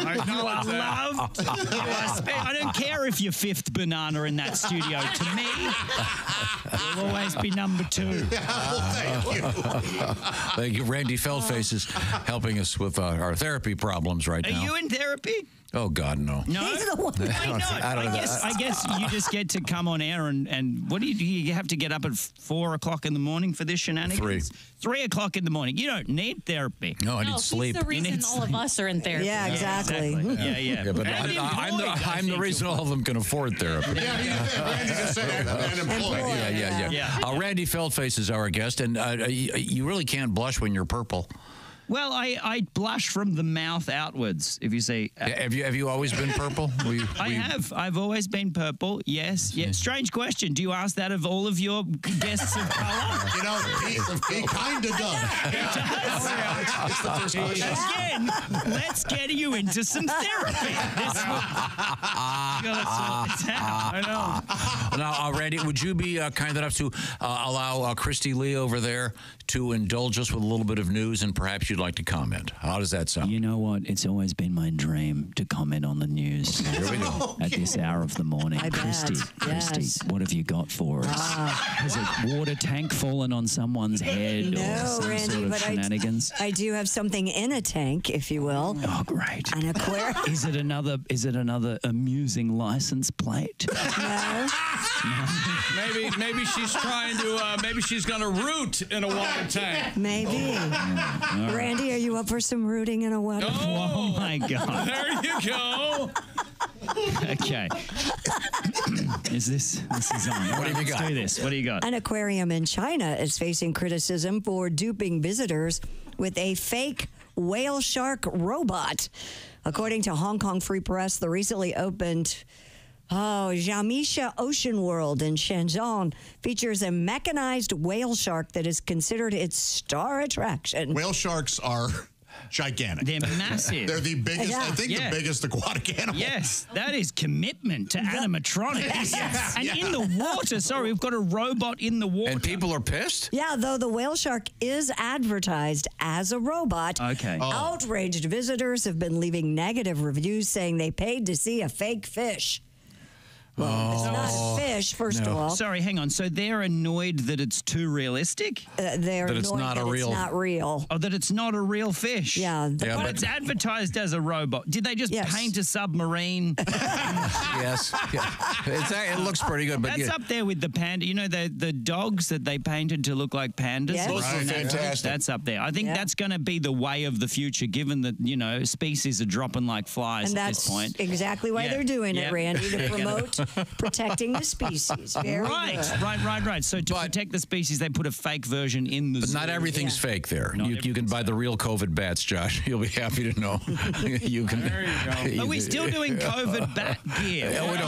Every time we do a China story, Randy Feldface, every time we do a China story, Josh starts beefing up his manifesto about Again, China. the therapy, I highly recommend. Let's work through the COVID. Let's have a chat about it. Did we ever really discuss how that made us feel, folks? How was it? I'm reliving it now in isolation in this booth over here. Yeah. My borders are closed. Once again, our guest is Randy Feldface. Is it though? Kind of. I'm sorry. I was just trying to reintroduce him in case you're wondering what the hell's going on. Every 3 minutes, you got to remind the listeners. It's fast. Radio moves fast these days. People tune in and out. It's Randy Feltface. Randy Feltface, folks. Randy Feltface is on the air. All the way from Australia, Randy Feltface back touring the States. I've been all over the world this year. In fact, since last time I was here, I haven't stopped touring. I've got a new show, but I'm in the middle of a world tour and I've got merch. I'm selling merch on the merch desk. Beautiful t-shirt with all of the tour dates on the back like a rock star. Oh, cool. Yeah. And I've done about 70 or 80 shows. And the other day I was in Austin, Texas, and I was setting up the merch desk and I realized that Oslo, Norway, Oslo is misspelt on the back of the t-shirt for the last 8 months. No one's pointed it out. Apparently I did a show in Also. That's a collector's item now. I've corrected. Is your number one merch item the t-shirt, or do you do like little mini Randy Feltface action figures? You know what? I haven't done a plushie yet, but I'm going to clean up on the plushie. Yeah. You will clean up. Yeah, you will. Yeah. No, I've got badges and pins and magnets. Yeah, you need a plushie. Yep. Personalized then license I could sleep plates, with you every night. How big would you make it, Christy? Would plushie? you? You want it to be, a sort of body pillow size. That's he's not even that big. We're not doing that. Replicas, full size replicas. Yeah. So how do you do? Do you ever get? Do you ever use an animatronic version? Do you ever pick up the ladies after your shows? No. I'm straight home to the hotel with a cup of tea, and then you know what I do? I put on the bathrobe. Oh, how nice! And then I leave the hotel room. I spend the rest of the night slowly stalking the corridors of the hotel, removing "Do Not Disturb" signs from all of the door handles. That's how I unwind after the show. Very relaxing. Nice. Once again, our guest is Randy Feltface. It's Randy Feltface. Did I get that in there? I keep forgetting his name. He's on to you. Oh, yeah. He's got a pretty clear picture of you already. I'm trying to help. That's very helpful. Christy, what else you got? According to health officials, 10 people developed parasitic worm infections after consuming undercooked bear meat. The incident, detailed in a Centers for Disease Control weekly report, occurred at a gathering in North Carolina last November. How do the bears deal with having parasitic worms? Yeah, they can't go to the doctor and get worm medicine, can they? Are they okay with it, I guess? At least 22 people ate the bear meat and at least 10 developed trichinosis. The report's authors said the incident serves, quote, as a reminder for local health departments and wildlife management to communicate safe wild game meat preparation. Cook your bear meat thoroughly. Yeah, but I always like my bear meat cage-free. Yes. You want organic. Free-range bear meat. Yeah, the grass-fed is the way to go. It is. And who's having some breakfast out there, folks? Call in with your favorite breakfasts. Did you see this all? Wormy bear meat. Who's got their toast, buttering the toast at home? Wormy bear meat. Do you have any kids, Randy Feltface? I do not have children, but if I did, they would be wormy bear meat. Are you familiar with the song Gummy, Gummy, Gummy Bear? I'm a gummy bear. No. Is that a reference to weird gummies? That gummy thing has several billion hits on YouTube, whatever. Is this the new Baby Shark? Yeah, well, bigger. Since they made the shark animatronic, they can't use that song. Very disappointed. Robot shark. Okay, Christy, we have time for one more story we can squeeze in here. What do you got? A paraglider captured video of an unusual visitor at the very top of the Great Pyramid of Giza.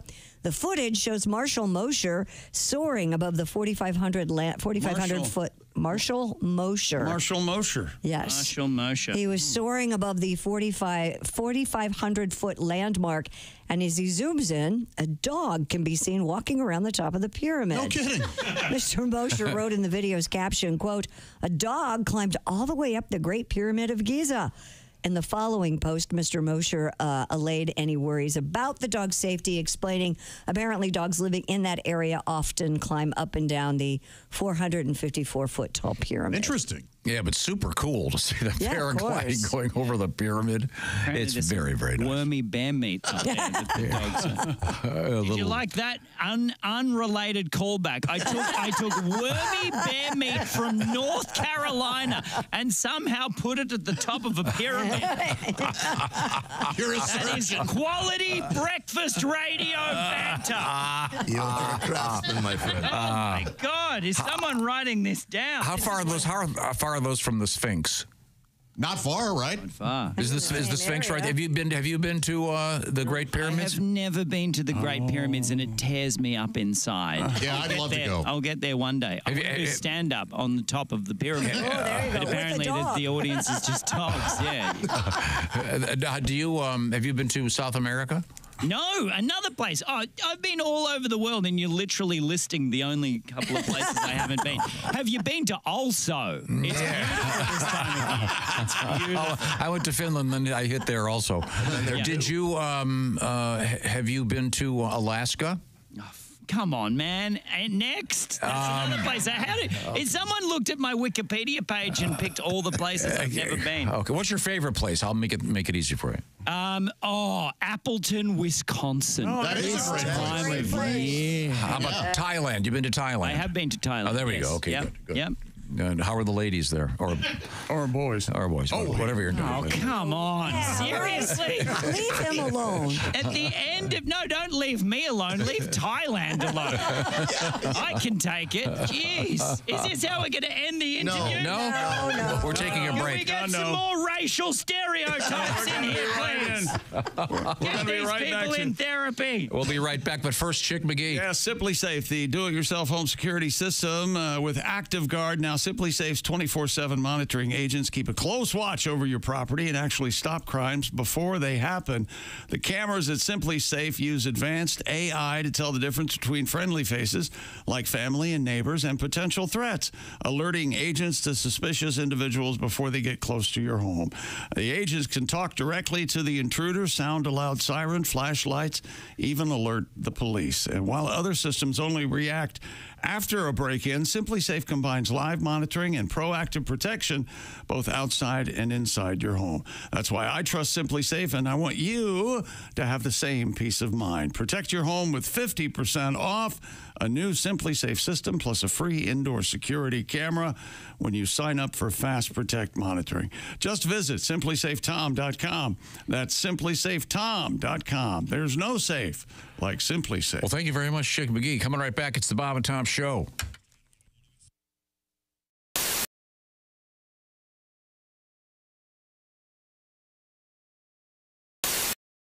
Lavelle, you have, I believe, your wife's dog, the Shih Tzu? Yeah, it's a Shih Tzu. Okay. Japanese crap through the house. You were saying you wanted to get a new dog, so we were giving you some dog tips. Now, I'm a big fan of the Golden Retriever. Oh, man. Maybe I could see you with a Golden Retriever. No, man, that's not a black dog. I'm sorry. Them Golden Retrievers need love. Black dogs, we chain them to a tree, with a truck chain, and you ever see at the real black people house, the dog be running around the tree on the truck chain. He don't even bark no more. He just yelling, help, help, help, help, help, help, help. Somebody give me some help. Call the dog whisperer. Give me some help. We don't take our dogs to the doctor. Come on, man. But it's just the thing about it. I want a dog. I'm a man. You know what I'm saying? If I'm going to have a dog, I want a man dog. You need a Rottweiler. Yeah, Rottweiler, a pit bull, a mastiff, or a mutt mixed with Rottweiler, pit bull, mastiff. A little mountain lion in him. I can't pet him, but he scared me to death, but I take him out anyway.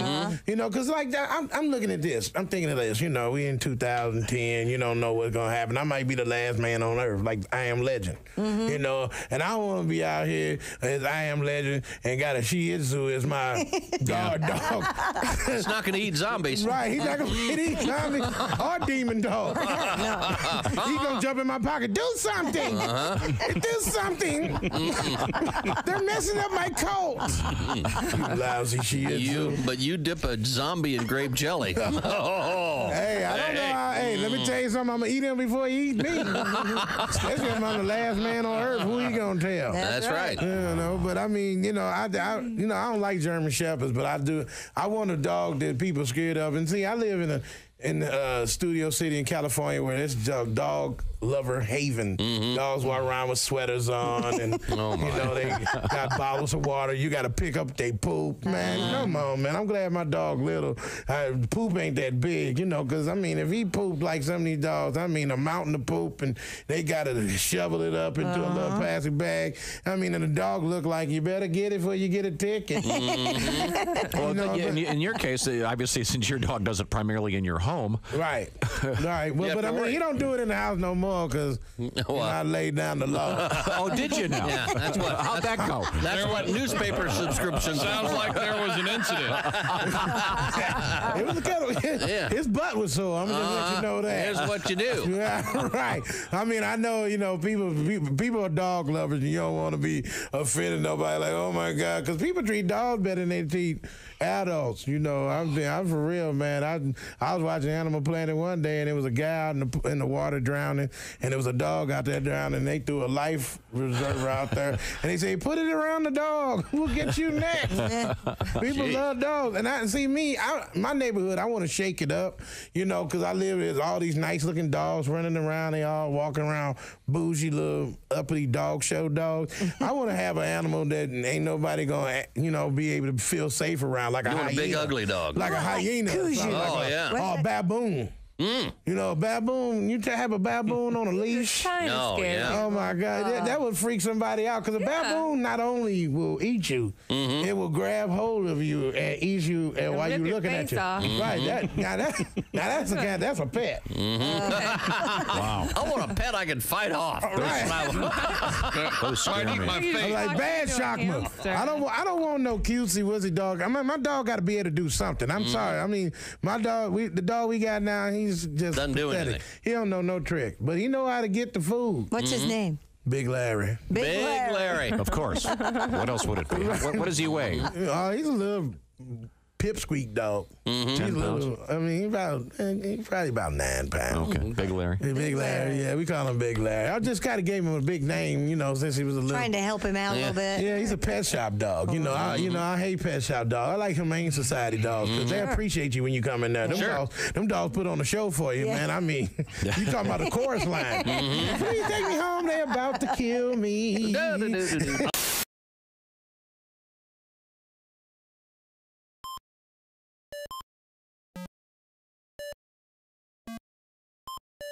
Hey, did you enjoy those videos played in that break? Check out the Bob and Tom YouTube playlist for more great stuff.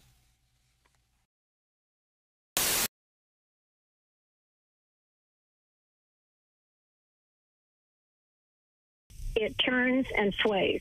Okay. Well, thanks for the call. Have a great day today. We're going to move And I've got forward. one more thing. May I say one more thing? I've been waiting 20-some years for this. Is everybody listening? Yeah, we're listening. Okay. Chick, go back 20-some years, 1998, Fort Wayne, Indiana, all weekend with me. What? There we go. Yes. Finally. I have, okay, whatever you say. Okay, remember, and listen to this. You went by your real name when you checked in, and you invited me for the weekend. Now wait. Oh, God. I'm going to get shot for this. And you ordered grapes and Miller Lite beer. Yeah, that sounds like me, all right. That's right. Yep, that's me, okay. Okay, Deborah, we got to go here. Christy, give me the teaser. That couldn't have gone better. Yeah. Somehow I blame you. Ah, boy. Where do we go from here?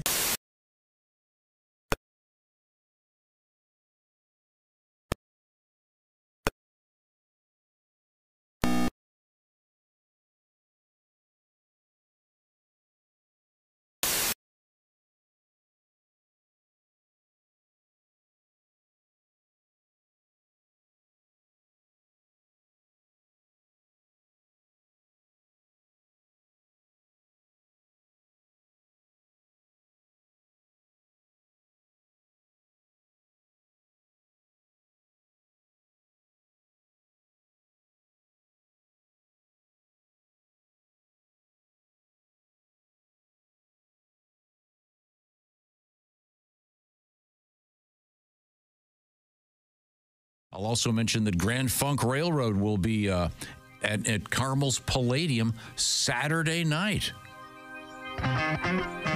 Hey, welcome back to the Bob and Tom Show. Hello, hello, hello. Christy and Josh and Ace and Pat and Jess, and I'm Chick. Hello, Tom. Hello, Second Banana. Thank you. We're learning about First Banana from Randy Feldface, who was just our guest. What a pleasure, man. Chick McGee at the fun. Dude Wipes Sports Desk. I need to get out and see him. Has joined us. I think I would enjoy. I love puppets. You know me. Me too. I love puppets. I love puppets. I had a puppet in high school. You know that. Ow, Grover.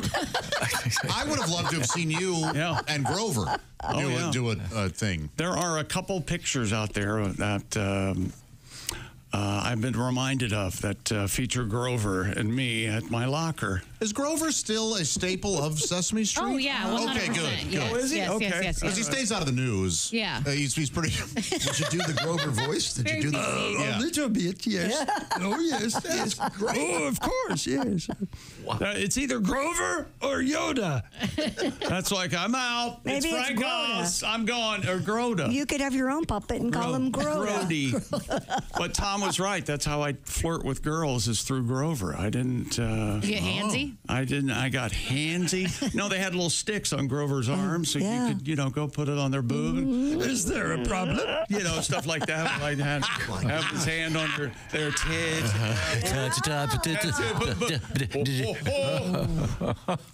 Yeah, you have to wonder if Randy Feldface, He seems like a very polite puppet. Yes, he truly does. Yeah. I just wonder if after hours, if Randy's had a few drinks, if the ladies want the puppet. Yeah, they want a little bit of puppet action.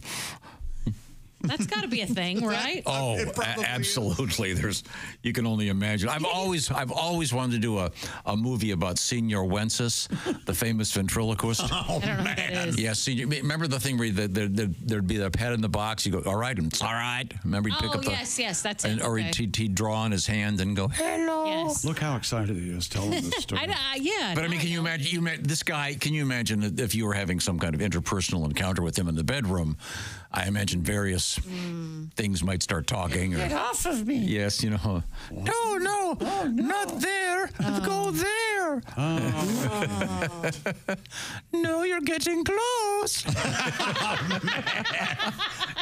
I'd go a little bit further south. Do you remember Anthony Hopkins in Magic? He played a ventriloquist. Yeah, terrifying. That should have been a lot better movie than it was. It was a lot. That was not a good movie. I like it a lot. I liked it. But during the preview, they had the puppet moving independently, so it implied that he was more. Look up the trailer. It's considered one of the scariest previews of all time. The trailer is much better than the movie. Yes, absolutely. I disagree. I think the movie's real good. Really? I remember thinking that was. I remember not liking it. Is it a horror film? Yeah. It is. Okay. Burgess Meredith. Okay. I believe Anne Margaret. Is she? I think it might be Anne Margaret. Okay, I don't like scary movies. If you were to introduce me to a scary movie that's like, I don't know, for a newbie. Yeah. What would you suggest? Oh, maybe Halloween. start with the Goosebumps movies. The kids movies? The new ones with Jack Black. Oh, I haven't seen those. Okay. They're a little, they're kids, but they're, okay. If you really want to introduce or an introduction. I want to try. I want to try to watch a scary movie. You've not seen Halloween? No, I haven't. No. See, to me, that's so intensely scary that. Yeah. But it's not gory, and it's good, and it's well done. But that's the thing. I get scared with like the real life situations. Gore and that stuff Halloween will doesn't scare the hell bother out of me. you. Okay, then I don't want it. Yeah. I don't want it. Scary Stories to Tell in the Dark is a good one, too. It's a nice PG-13 horror movie. Is it ghosts? It's all kinds of scarecrows and Lisa ghosts. Frankenstein, that's a fun one. Is that it? Lisa Frankenstein. Yeah, that's a fun one. Okay. You might like the Others with Nicole Kidman. That's also scary as hell. That's really scary. If it can happen in real life, I don't want to watch This it. can happen in real life. Yes, Yeah, I'll give you a list off. There's another scary movie. I think Tom can relate to this. It's called The Law Firm. And, Have you seen today's mail? You get a lawsuit about every hour. A big was that the sequel to Quarterly Taxes? Yeah. That's terrifying. Both absolutely terrifying. No one will be seated when the audit begins. Well, on this topic, we can start this discussion. There's a new poll out there that suggests the majority of people who read scary stories think they're equipped to tackle a real mystery. Oh, interesting. According to Thrift Books, there was a survey of 2,000 horror, mystery, thriller, and true crime readers done, and over 60% believe they have what it takes to unravel a real mystery plot. This is the same as every jackass on sports talk radio thinks that they should be playing quarterback. Or coaching. Yes. Yeah. 40% are confident they would survive the plot of a horror novel. Okay. Now, do you think you could live through a horror? Do you think Not you could necessarily. It's something it's something I've thought about a lot, because if it were a certain situation where I had to say go from the ground and pull myself up to the roof of a house, I'm dead. Yeah. I don't know. I can't. I've tried to do like a muscle up at the gym, and I'm a dead man. I can't do it. And everybody in the movies who has to do that seems to find the wherewithal and the strength. Well, the thing is, they say that can happen. Adrenaline, But so no. And mysteries, I read a lot of mysteries. I watch a lot of mysteries. I always get so sucked in that I rarely ever figure out the mystery. I go for every red herring they offer. Yeah. Every single time. Yeah. I can only name a handful of movies where I figured it out before the reveal. Oh, really? Yeah, most of the time I'm along for the ride. How did you do with Sixth Sense? I had no clue. Me either. And Chick? I don't know what you're talking about. He wrecked it for everybody. Chick knew immediately. My dad knew immediately. Really? I got it.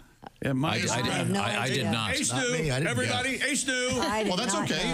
So did you. Yeah. How about the crying game? Well, I'd heard about it before I saw it. Yeah, that's why I went to see Jay. He's a pretty man. 45% said they identified with the hero in these books. As one should. You're right. Only 45%? Mm-hmm. That seems low. I mean, the whole point. Yeah.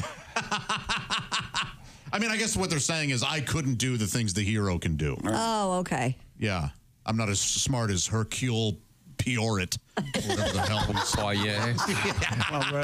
Nearly 15% reported they would be the villain. Would you ever want to be the villain? Do you think you could be a villain? It's kind of fun to think about, but not.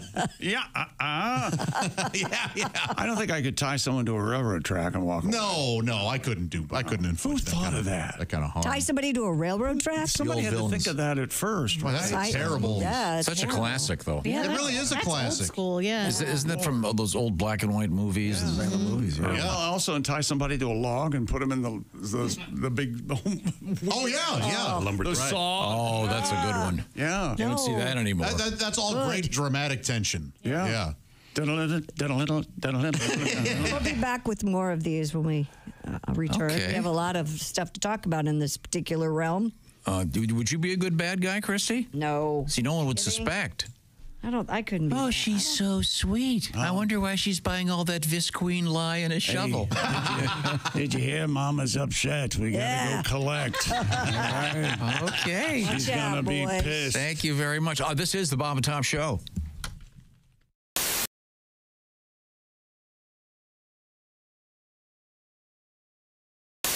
The telephone. I believe we have the author of the Big Butter Jesus song, Haywood Banks. That is correct. Hi, Haywood. How are you? Good. No. Sure, you've been up all night. You know, somebody called me at 2:30 in the morning. Hey, did you know that Big Butter burned down? Yeah. Couldn't you call me at like 9? Well, I know that we spoke yesterday, and I know that you had hundreds of phone calls. Unbelievable. Well, and we also were talking, and you have written a new verse. I have a new verse. Now, I dare I ask, is it going to be possible for you to play it over the phone? You can dare ask, yeah. I'm anticipating the dropping of a phone. Do you have the phone crooked in your shoulder? Some lyrics. I will rest it on the arm of the chair here. All right. Okay, well, give us a test. Okay. Put it down and then come back.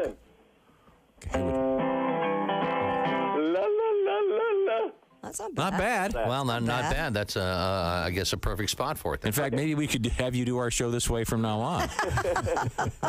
We can only dream. Well, okay. Now, are you just going to do the? We just heard the song. Are you just going to do the new verse? Yeah, I'll play the last verse. The new verse. I call this the epilogue or the epilogue. All right. Okay. Here we go. Anytime. One night, Big Butter got hit by lightning, and it burned to its frame wire in a giant grease fire. Some blamed it on Satan, and boy, that would be frightening. But I think it's Jesus Father that's in charge of the light. Big fireball Jesus, inflammable Jesus, oh charbroiled Jesus,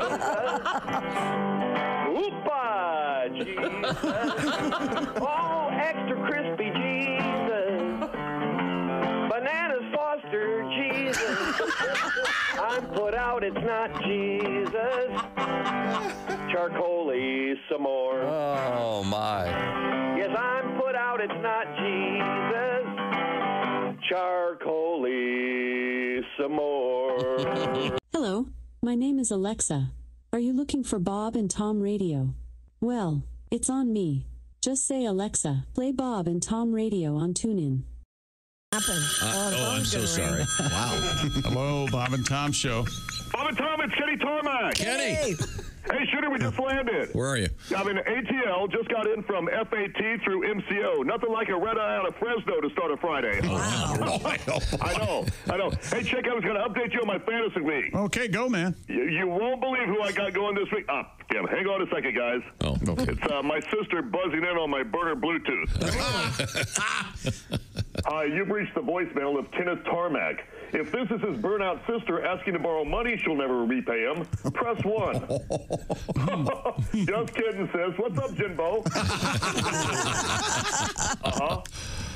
Well, I'm sorry, but well, to be honest, I never liked that damn dog. No, when he humped my J. Crew khakis at Thanksgiving, remember? Well, what does the vet say? Oh, my gosh. $6 grand? I'm just saying this dog is just like your Civic. You're upside down in it. You're breaking up. Move closer to a window. How many bras did he eat?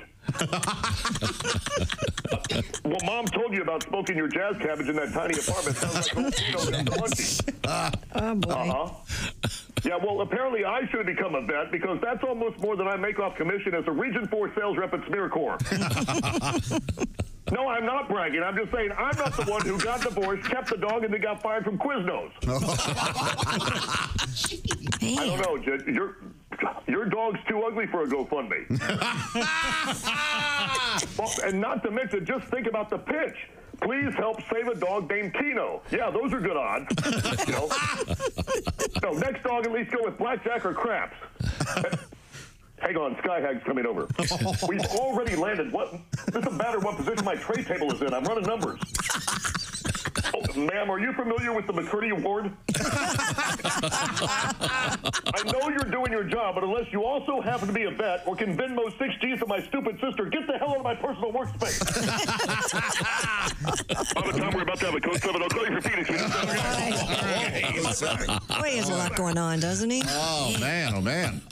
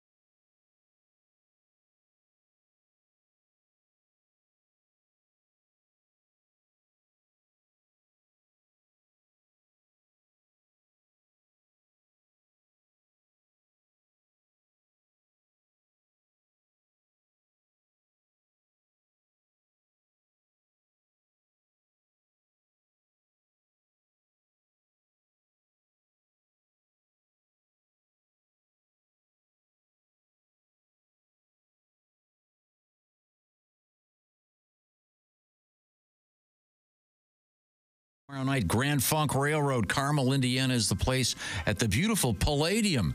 We are an American band. All right. Welcome back to the Bob and Tom Show. Yeah. Christy Lee at the Silac News Desk. Hi. Yeah. There's Pat Godwin. Hello. There's Jess Hooker. Hi. There's Josh Arnold. You better believe it, baby. He's at the I Hate Steven Singer sidekick chair. There's Ace Cosby. Hey. I'm Chick McGee at the Dude Wife Sports Desk, and here he is. Thank you, Second Banana. The one and only Tom Griswold. Who's the third banana? Let's not do this game. Christy Lee. Yeah. Christy Lee. She's not a banana. She's an avocado. What? I see. Mushy inside. Oh. Mushy inside. Hey, Mama's mushy. And a little ripe. Isn't that what Mama? Well, better than dried up. Not too right. You don't want to dry it up, Patty. Once a month, twice a month, and I'm lucky I get mushy. I'm not a date. Somehow this has gone. I've gone down the wrong road again. I try. It's mushy time. I don't we have a special guest? Yes, I think we do. There we go. Oh, there he is. Hello. Oh, hi, everyone. Hi, Jeff. What's on your tie, Jeff? The Undertaker. Yeah, it is. This was a gift from a loyal listener named Keegan. Hi, Keegan. Thank you. Thank you for the Undertaker tie. Keegan, I would appreciate and I will trade you a Bob and Tom hat for a pallbearer. There you go. He was the manager of the Undertaker. Yeah. There's a really good documentary, Wrestling Lovers, on Netflix about Mr. McMahon, it's called. And it's like an 8-parter, and I can't tell when he's being serious and when he's not. But then, of course, the interview came to a halt a couple of months ago when some new charges were opened up. But, I want to give him some dude wipes. Yeah. It's Jeffy? very rough. Jeff Oskay joins us, getting ready for that big trip next week. It's going to be the Grand Falls Casino and Golf Resort Event Center in Larchwood, Iowa, near Sioux Falls, South Dakota. Jeff Oskay, Al Jackson, Pat Godwin, and Josh Arnold. That'll be a great night. But right now, what have you got for us, Jeffrey? We don't give you all the news each week, so I'm here to give you the news that we failed to mention. Now, here's Jeff Oskay with what you failed to mention news. Pew, pew, pew, pew, pew. On a sad note, some dude from the boy band One Direction unfortunately died earlier this week. Oh. Well, you failed to mention back in the day, I was in a boy band named One Erection. I was the only member and the reason my junior high stopped holding talent shows. I can see it from here. Nice. There's a 39-foot penis statue in Italy. What you failed to mention, here in the U.S., we have a 555-foot penis statue. We call it the Washington Monument. Yes.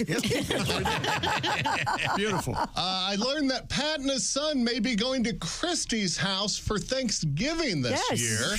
Yep. What you failed to mention, Pat, I wish I would have known you needed a place to go. You could have easily came to my house and gotten food poisoning. Oh. There you go. I love you, Christy. I haven't poisoned one guest yet. Ever? This year. No. That they let you know Not about. yet. A plane had to make an emergency landing after the pilot died mid-flight. What you failed to mention, this is your co-pilot speaking. If you look out the left side of the plane, you'll see a coroner's van. And finally, we learned that 60% of homeowners believe their houses are haunted. What you failed to mention, this really kills me. I don't even own a home. I always thought people who owned homes were smarter than me. That's why they owned a home. Nope. 60% of them are idiots. So that means I'm a bigger idiot than 60% of the idiots who own homes. My thing is, if ghosts are real, how come not one ghost is ever nice or positive? You never hear of someone coming home and finding their place all cleaned up, the kids' toys organized, the beds made, dishes done. Yeah. You never hear the guy at work, sorry guys, I'm exhausted. The ghost kept me all up all night doing my taxes. I don't believe in ghosts because ghosts never update. They're still dragging around chains. That's so old school. No ghost would be wearing ankle monitors. Going, boo, I better check in with my probation officer.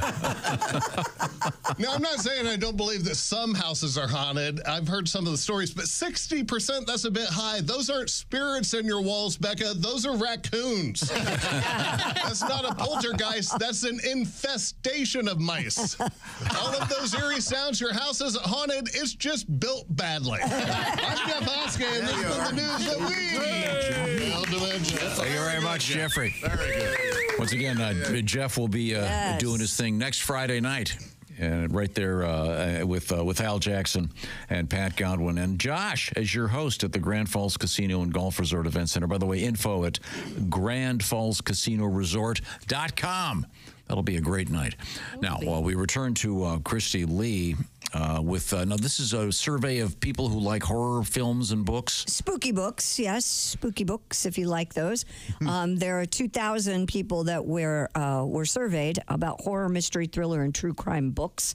70% of readers said they can tell if someone is a bad person simply by the vibes they give off. I don't know if this is in real life. In real life, I see. I guess, or in the books. I don't know. It doesn't specify. No, they mean in real life. Okay. Yeah, I was in the books. It's easy. They always let you. Yeah, they give you some clue. A little over 50% said someone in their everyday routine fits the mold of a villain from a spooky novel. Really? Yep.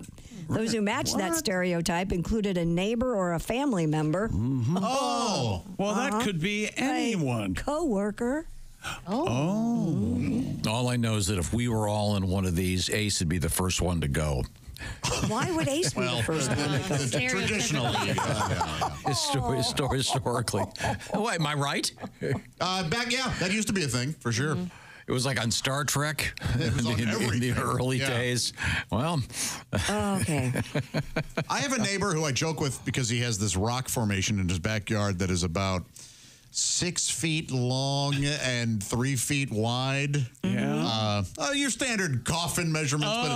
And I always who's the body underneath that rock? And he doesn't laugh. He doesn't. I wonder if there really is a body. Speaking of historical events, if you go about 20 miles that way, they didn't even bother covering up a few of them.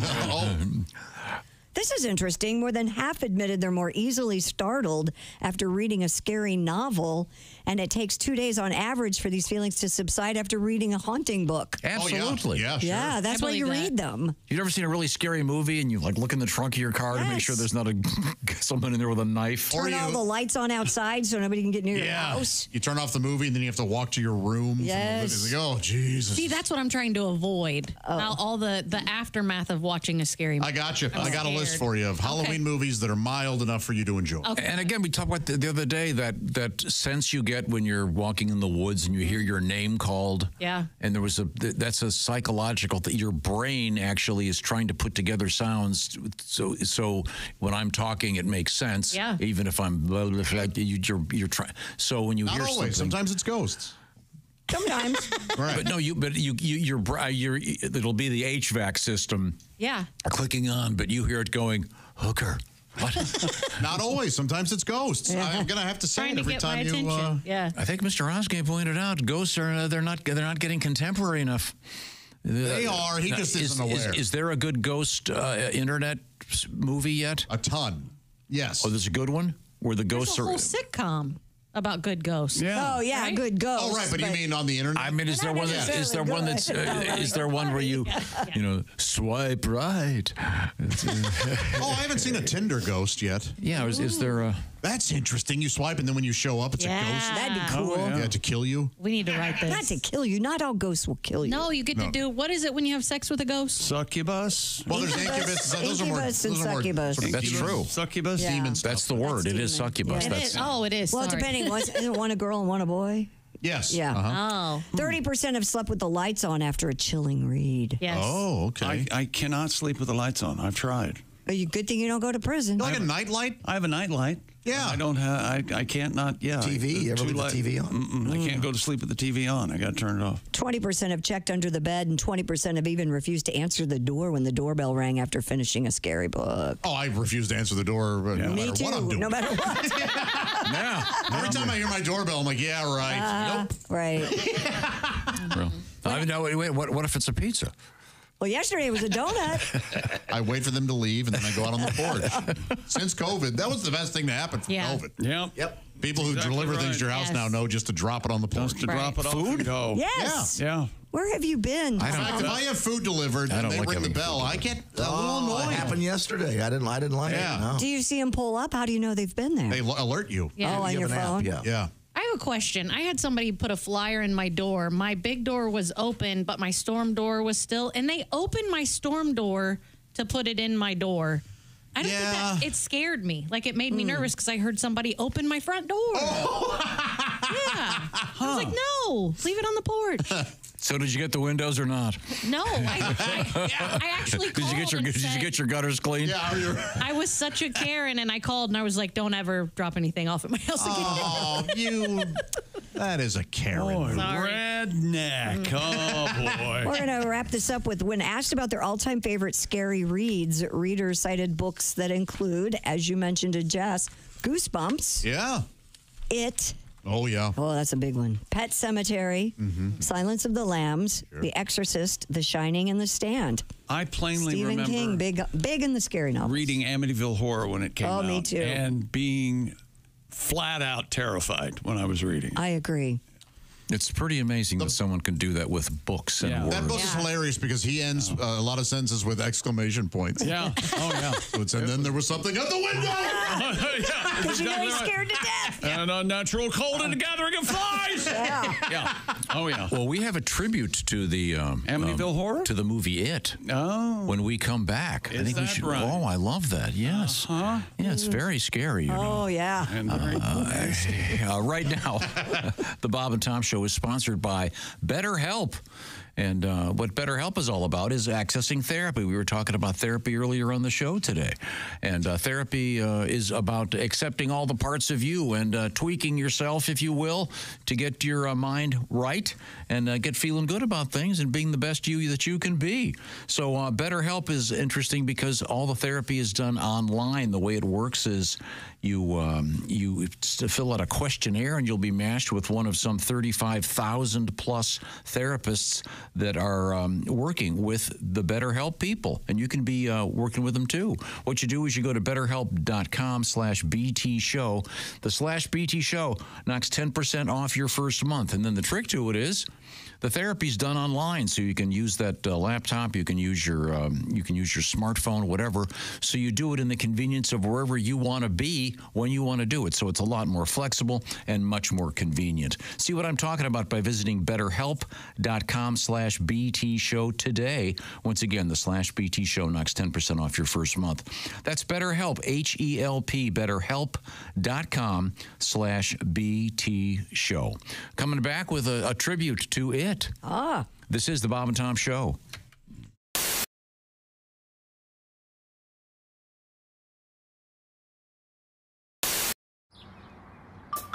Is that Chick McGee?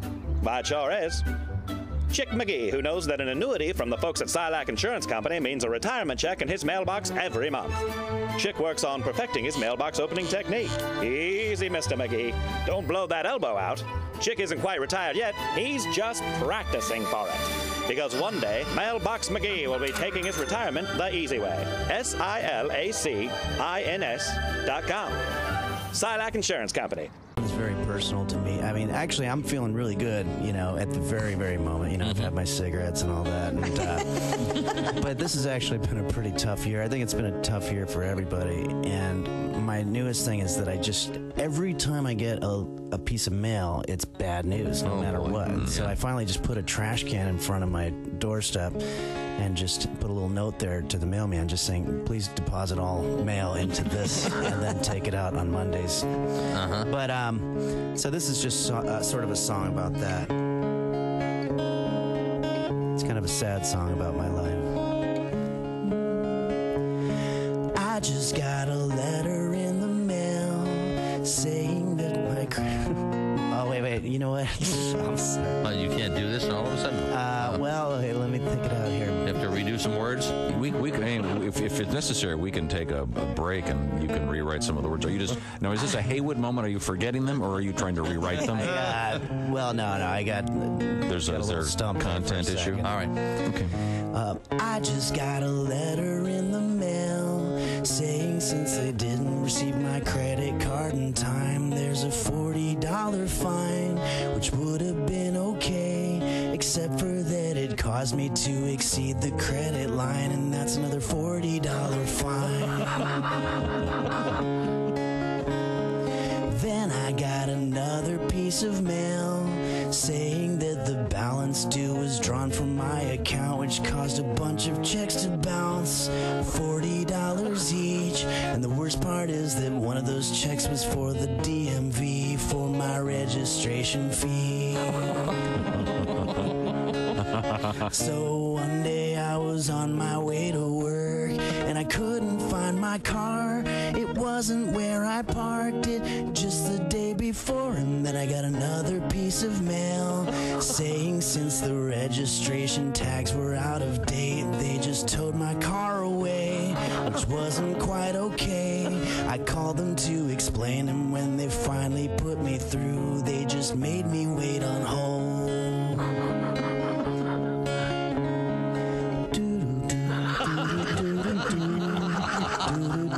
After 40 minutes I hung up because I had to go to work, but then I realized if I don't have my car, then how am I gonna drive to work? So I got fired from my job.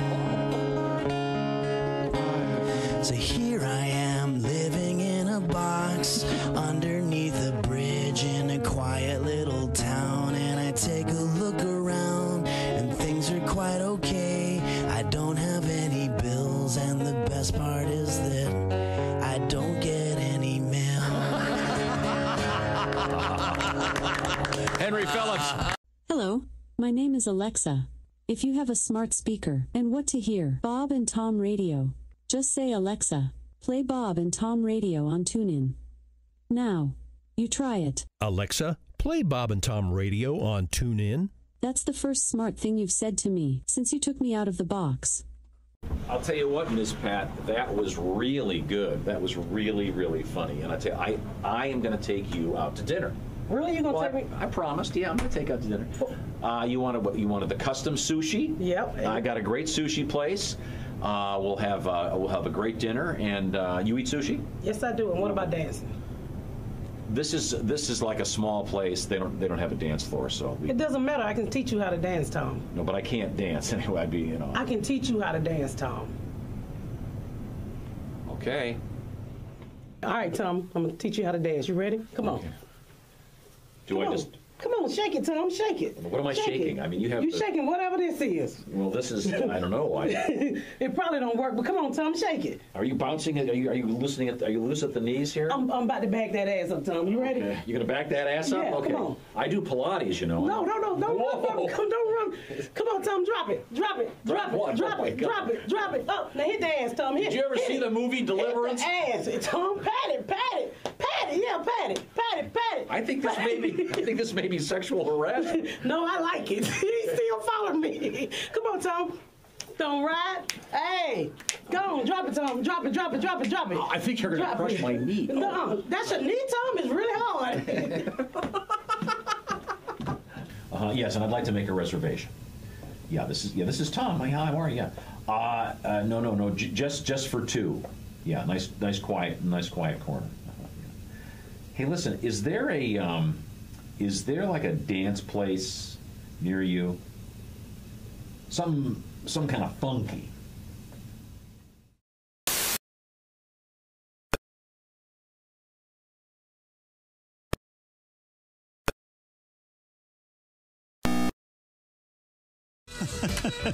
Welcome back to the Bob and Tom Show. Hello. Hi. How are you, Tom? You all right?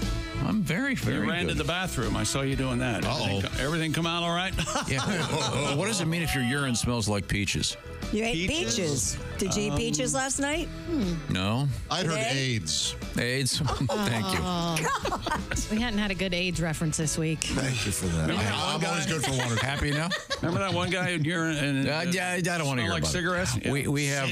What? Yeah. Oh yeah. Come on. We have. We were talking about scary movies, scary books, et cetera, et Yes. cetera, and one of the most scary. One of the most scary reads was It by Stephen King. That is a scary one. It is a very scary read. I couldn't see the movie, but I loved the book. And Miss Hooker is here with us, and you do not like scary movies, I don't. and you wanted to be introduced. Are you aware that in the history of horror films, they often, of course, they do sequels like everything else, but there was the classic Frankenstein about Dr. Frankenstein and his monster. Then there was Bride of Frankenstein. So they do kind of a female version, so the distaff version, if you will. And that's what this is about with that classic novel. Audiences everywhere are experiencing the most horrifying film of the year. It. The latest adaptation of Stephen King's seminal masterpiece. It. Our favorite adolescent heroes known as the Losers Club are back. But they will be squaring off against the demonic clown Pennywise. This time they'll face... Me, Pennywise's girlfriend. Pennywise has a girlfriend? In the tradition of she-wolf, she-creature, and the astounding she-monster, it's... She-It. She-It. S-H-E-I-T. Oh, she-it! If you don't know fear, then you don't know she-it. Grown-ups, don't believe them. Mom, I'm telling you the truth. She-It is real. I saw her. Aw, you wouldn't know She-It from Shinola. And those that do believe them won't help. Sheriff, please, can't you do something? Kid, I'm too old for this she-it. Nor do they seem to care. But Principal Russell, dozens of children are missing. Yeah, it happens. So once again, these courageous kids must stand up against a monstrous foe themselves. Okay, here's where she lives. The old brick She-It house. Come on, let's get her. Bill, I think you can kill me. Oh, right. Time to destroy this say it, Bill. Time to destroy this clown. Sure, destroy her, but how? You'll never defeat me. All right, that's it. Take that. That's it, Beverly. Push her into that exhaust vent. Oh, now the She-It's gonna hit the fan. Oh, gross! There's pieces of She-It everywhere. Oh, she got in my mouth. Good thing we didn't step in it. The classics. She-It. Rated R for nearly bad language and excessive childishness. Oh, I pooped. Can we take that again? She-It. It's very scary. Christy Lee is over there at the Silac News Desk. What you got over there? Hey, a rare copy of the U.S. Constitution sold for $9 million at auction. The document, sold by Brunk Auctions, had only been recently discovered stashed away in a filing cabinet in a home that was once owned by Samuel Johnston. No, let's not clean that place very often. Yeah, because he was the governor of North Carolina from 1787 to 1789. Whoa. A copy was printed after the Constitutional Convention finished drafting the proposed framework of the nation's government in 1787, and is one of only 100 copies printed by Charles Thomson, Secretary of the Continental Congress at the time. Only 8 are still known to exist, and the other 7 are publicly owned. What happened to this document between Thomson's signature in 2022 is not really known. A watermark 1776 first draft of the Articles of Confederation went for $1 million at the same auction. Whoa. $9 million. Now it's in private hands. What would you do with that? Hey, you want to go down in the basement, see my copy of the Constitution? Right? Sure. Yeah, where do you keep it? Yeah, there it is. All right. You got to. What if you spill marinara sauce on it? The coffee ring. Holy hell. Hey, don't put it there. That's where John Hancock emphasized the cock part of his name. I love that. Why did he underline just that syllable? Yeah, that rascal. That rascal. He thinks he's got a big Hancock. I get it. My name's a dick joke. That's right. What are you going to do? What are you going to do, huh? Do you think they teased him even back then? Oh, yeah. Really? You think so? I don't know. You think? I don't know. I'll spend all my money in insurance. It's all right. Go ahead. Laugh it up, you guys. Go ahead. Authorities in Oregon seized a drug-filled bag that was printed with the words, "Definitely not a bag full of drugs." That's funny. Portland Police Bureau said officers stopped a man and a woman driving a stolen car in southeast Portland and conducted a search of the vehicle. Inside, they allegedly found cash, firearms, scales, and a bag that had "definitely not a bag full of drugs" printed on it. And, of course, it had drugs inside. They were taken into custody. Boy, someone loved their label maker. Well, I've got to try it out. Well, you know how It was Boris and Natasha. I know, right? You get a label maker, you're going to want to use it for everything. Very exciting. They are addicting. Yeah. That's this one. Wait a second. This bag's marked bribe money for the police. That is so stupid. Right? Why would anybody do that? Would you ever try to bribe a police officer? No, what would the occasion be? Just another. Yeah, you just didn't want a ticket or whatever. You're like, how about I just give you $50? Just another reason I'm not a police officer. Police officer. I walk into a room with a table full of money. All of it's not getting turned in. Let's just start there. Yeah, we would have no business being officers of the law. My dad tried to once. There was a group of kids that got into trouble, and my dad saw that I know these kids, and so he pulled over.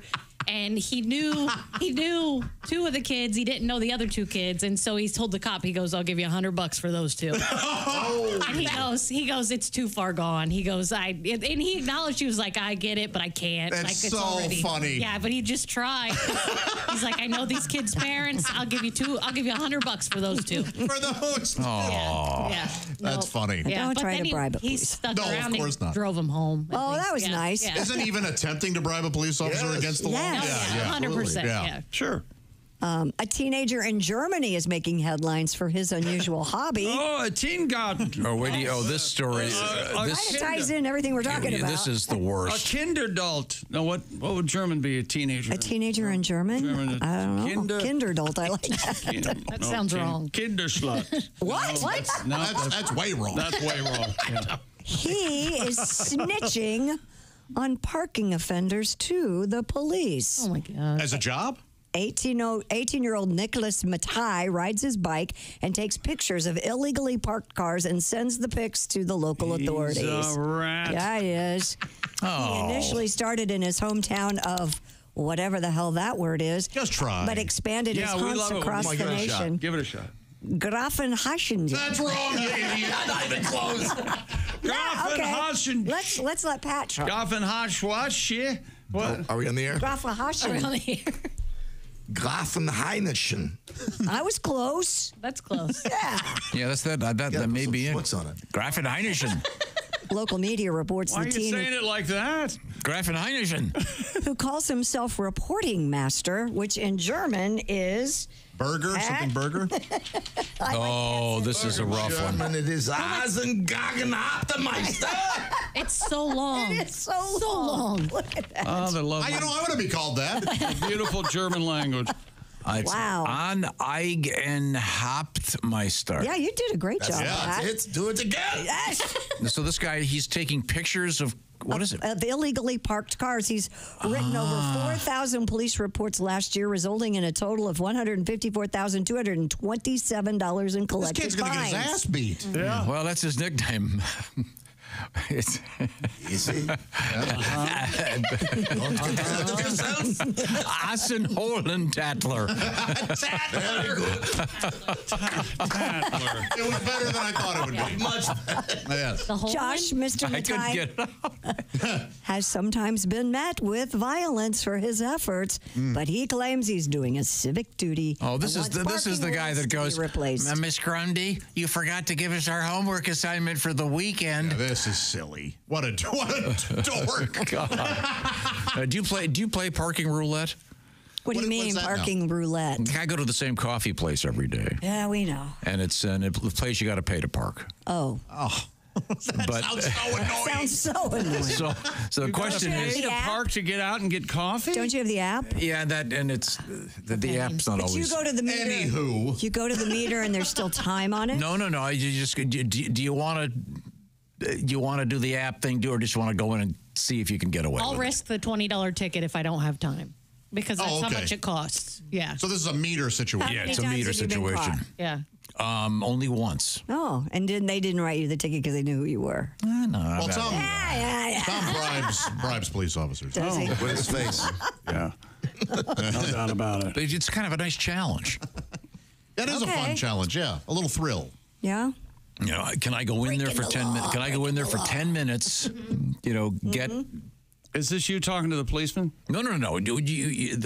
They have all those numbered meters. Sure. And often the radar on doesn't. Well, I don't know what's going on. It doesn't work right away. So what the hell? I'm going to take a chance and go in. And it just makes it that much more dangerous. Yeah, you scan the area for the meter maid and just dash in. Yeah, okay. I don't know how to do that, but I know how to just use the app. It takes 2 seconds. You pull up. What do you call a male meter maid? A meter maid? Meter man? Meter Would it be a meterman? Meterman? Meterman. You know, there's an app. Isn't there an app in San Francisco that you can sell your parking space if you know you're leaving? You can put it up on. Probably. That put it sounds on an right. app and Like go. sublease it? This location is. I'm going to be leaving here, and That you give sounds- them a couple bucks for telling you about the space, and then you leave when they show up. Wow. Oh. How much are the parking spaces? I don't know. God, if it's worth doing San that. Francisco, probably a lot. Hard to come by too. Yeah. Oh. What else you got, Christy? An international team of researchers has discovered 7 new species of tree frogs in Madagascar. Oh, okay. 7. 7. The frogs all make a high-pitched whistling call that sounds like something from Star Trek, according to this story. The newly discovered species emit special bird-like whistling sounds known as advertisement Okay, calls. now I'm going to play this. And The frogs whistle? last time I played this, you got really mad. Oh, this from yesterday. No, don't play it. I'm going to play it real low. Okay. Okay, here we go. Ow, that does sound like Star Trek. It does. A type of self-promotion that may communicate Ah, male it frog's hurts my ears. I really enjoy it. suitability as a mate to females. Well, I hope the female is deaf. No, I'm just kidding. That would be awful. Are you talking to me? Yeah, the calls reminded researchers of the whistle-like sound effects used in the Star Trek series, which fans have known as the so-called boatswain whistle and a device called the tricorder. Research leader Professor Miguel Venn says that's why we named the frogs after Kirk, Picard, Cisco, Janeway, Archer, Berman. We get it. You're a dork. Yeah. Yeah. Up to our necks and dorks. Got it. Apparently, some of the most iconic captains from the sci-fi series. I know Picard and Kirk. That's the only 2 I know. What did I miss? Damn it, Jim, I'm a frog, not a phaser. Get your hands off me, you. I think Janeway's Kate Mulgrew, right? And I think. Oh, you're a nerd. You're a nerd. Archer, Burnham, and Pike. Pike was the first captain before Kirk. Oh, is he the guy that was just the head in one of the episodes? Yes. You know, that was so he rolled around in a small freezer. Right, yeah, something odd, yeah. Yeah, it was crazy. I remember that. Whenever I think of frogs in space, I'm reminded of this classic moment from the program a few years back when they were doing some experiments. The Space Shuttle astronauts are halfway through their 7-day research mission. Endeavour is expected to become an orbiting maternity ward today when frog eggs that were fertilized earlier in the mission start to hatch. Now, we are scheduled to hook up with Commander Thompson. We should hook up right now, I believe. Hello, Houston. They're speaking with Bob and Tom. Hello, Endeavour. Hello, spaceship. up Earth. This is Captain Thompson. Hey, Captain, how are you? Captain, how are you? We're doing great. We do a lot of experiments up here. Yeah, we're just reading about the one involving the frog. The South African clawed frogs. The eggs are about to hatch any moment now, aren't they? Very excited. Very good. As a matter of fact, it looks like they might be hatching about now. Oh, good. You people might be the first ones on Earth to hear what's going on. Well, But, great. There they come. This is exciting. Some little critter coming out of there. Let's see what's going on here.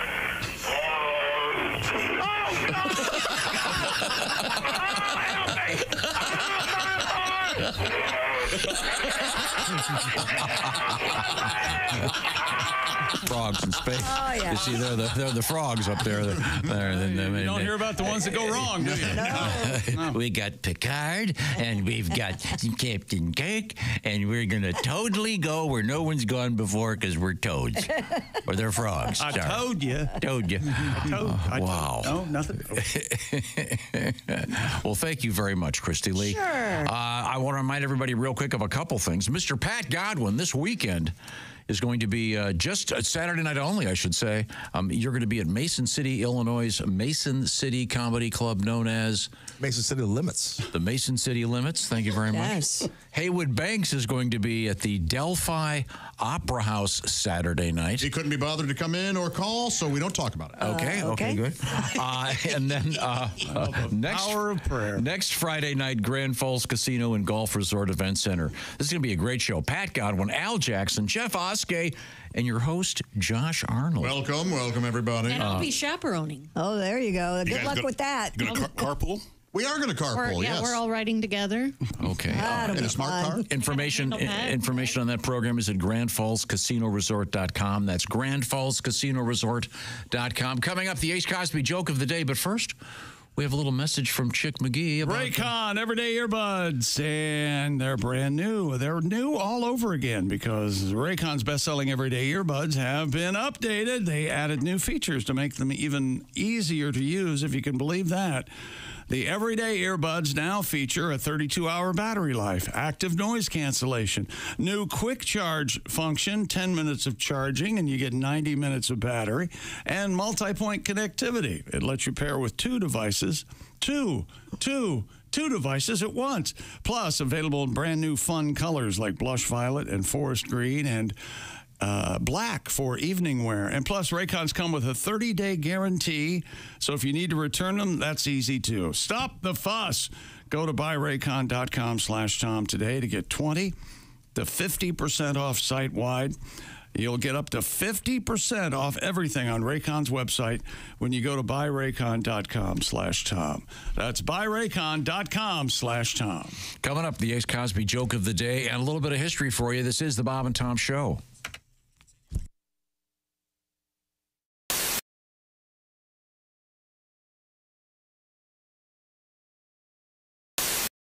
Welcome back to the Bob and Tom Show. We are live in the Napa Auto Parts studio. Got a little surprise coming for you here. Okay. Surprise for the Performing cats. It's not performing cats. Is the surprise ready? You can bring them on in there. I'm holding my breath. Now, Chad Daniels, comedian, I'm joins not us in looking the yet. studio. Neither am I. I don't want to look. Along I'm not with looking. Chick McGee, Josh Arnold. This is Tom speaking. The lady of the house, Christy Lee. Hi, everybody. Is it the real Aruba Ray? It is not the real No, I Aruba haven't. Ray. I know what it is. Is it the backwards singer? Oh, no. It's not the backwards Mark. singer.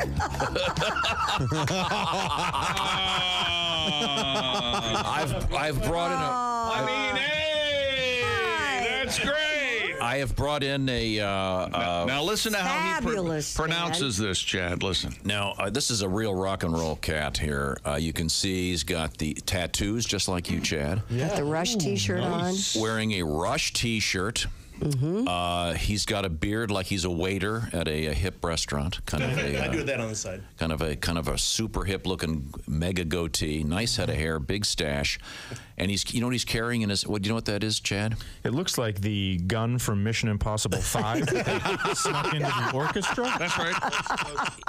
That is a bassoon. Bassoon. A bassoon. And I bring this up because the other day I was in a restaurant. That's not how you were pronouncing it. Bassoon. Bassoon. You were saying bassoon. Is that what you were saying? Bassoon. Okay, bassoon. Thank you. Say it again. Bassoon. Bassoon, not ba. Right. Bassoon. Okay, bassoon. Are there any famous rock songs that feature the bassoon? Was it? What is it? Wait a second. Oh my God! I'm kind of stumped. Oh, wait a second. Oh, no.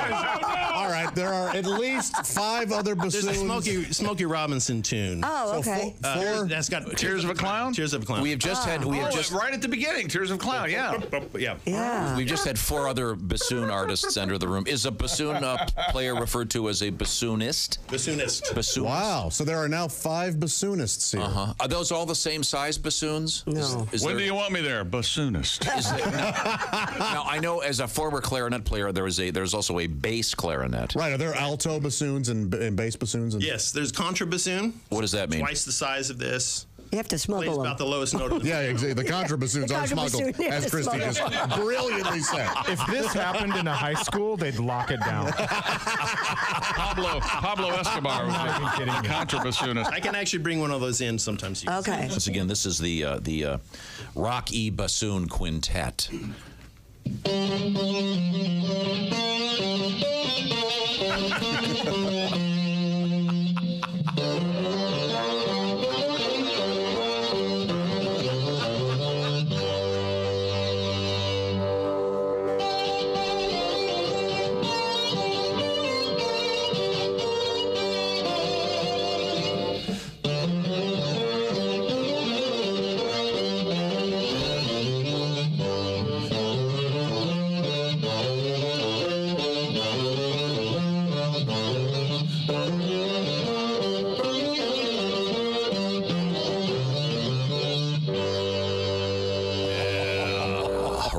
Rocky bassoon. Oh, there's more.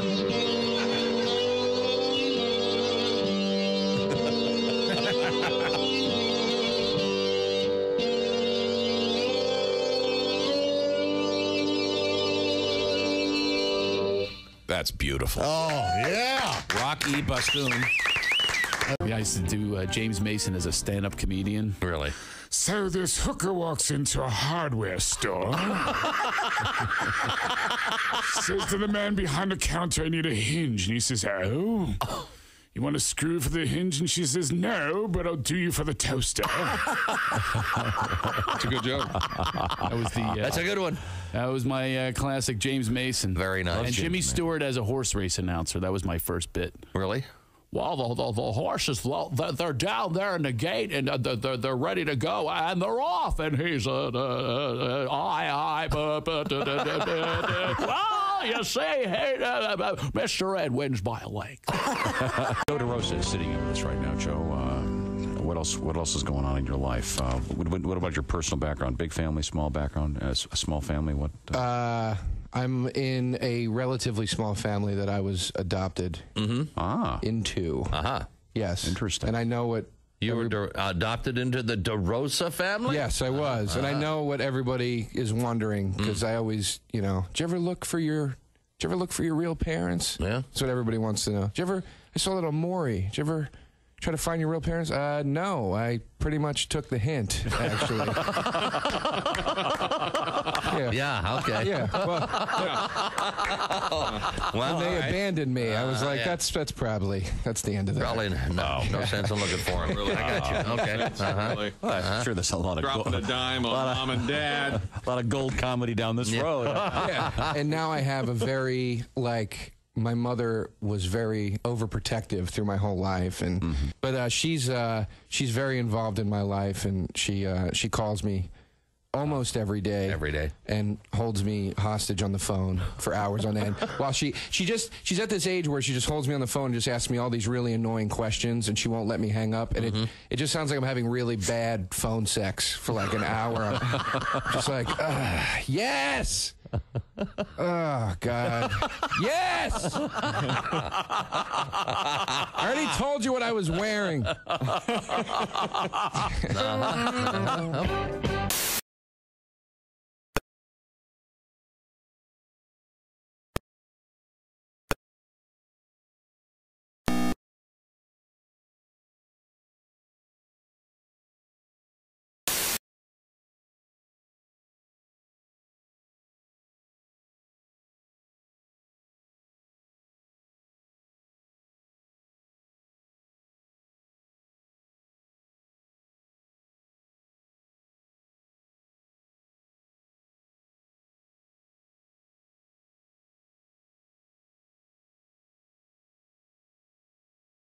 Cash.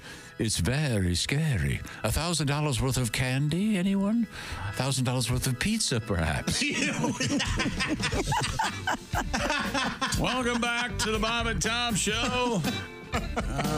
See, when you're quiet, he doesn't like it. When you're talking, he doesn't like it. Hello, Tom. How are you? I'm fine. Doing great over here. Good, buddy. Just looking at this piece of. You know that Pat Godwin's going to be at Mason City Limits Saturday night? I heard something about that. Yeah. Very exciting.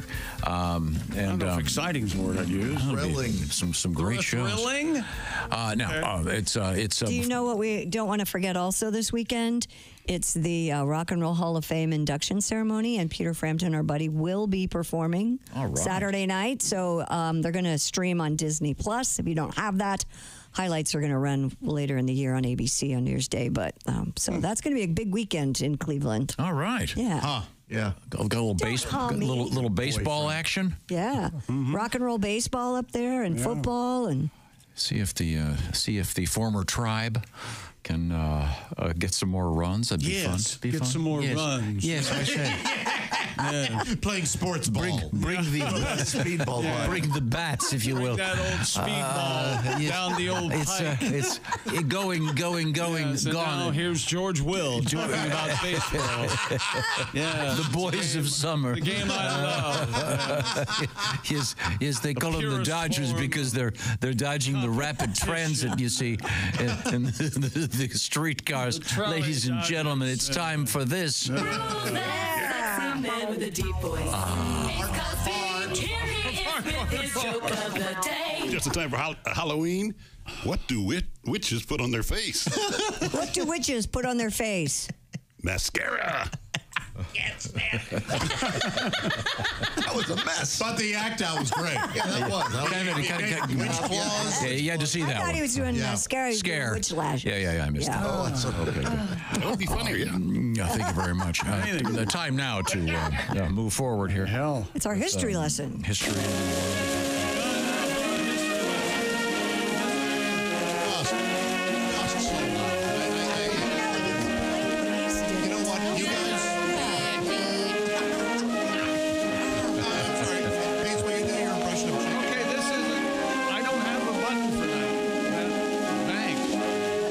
There it is. You mean that one?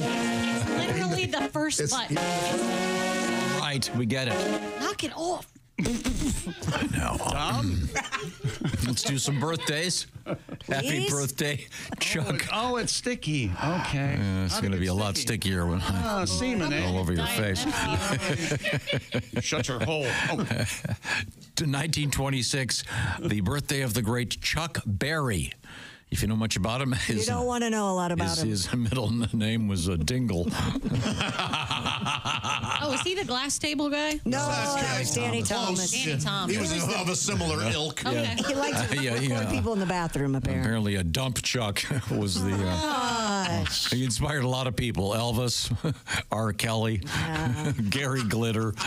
The man was a genius. Happy birthday, George C. Scott. One of my favorite actors. What's a sentence? George C. Scott. Scott Run. George C. Scott. If you haven't Chick C. Josh. If you haven't seen him in Doctor Strangelove, what's your problem? What are you even doing? What are you even doing? Go watch it now. Or he's great in the movie Hardcore. Yes. No, he's starring Big Dick Black. Go watch. It's all right. Who? The hospital. Yeah. Starring who? Big Dick Black. The Changeling for Halloween. Y'all said it. The Changeling. Happy birthday to Peter Boyle. Another great actor. From Young Frankenstein. You can hear Putting on the Ritz. Yeah. And of course, everybody loves Raymond. Peter Boyle. Sometimes Peter Bake. Sometimes Peter Fry. That's George C. Scott, Peter Boyle. Peter Stephen Fry. Peter Microwave.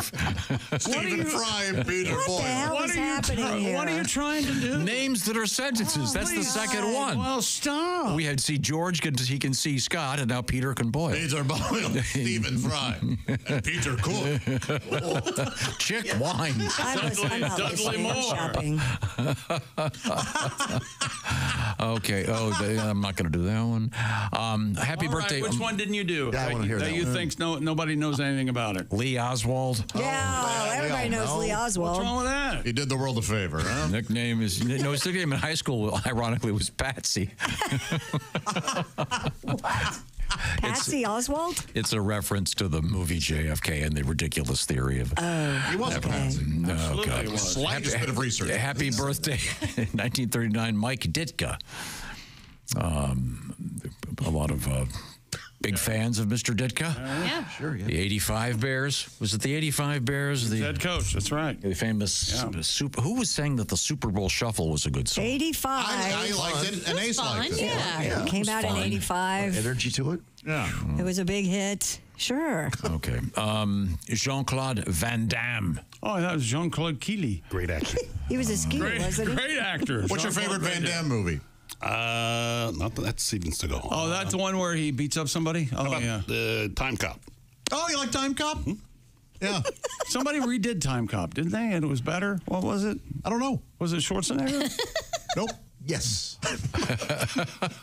Excuse me for trying to start a conversation with a fellow human being. Well, it was exciting, whatever it was. No, it's okay. Happy birthday, Lindsey Vonn. Yeah, whatever. The great skier. Yeah. King prick. Happy birthday, one of your favorites, Christy Lee. A very fine actor, Zac Efron. Yes. I just saw him in a movie with Nicole Kidman, but Is I that the can't. remake of How Time was it? Cop? It was not good. Not good. No. Okay, here's a good one for you. 1952, on this date, the 18th of October, the first issue ever of Mad magazine. Oh, there you go. For my influence, so many people. Oh, we wouldn't have.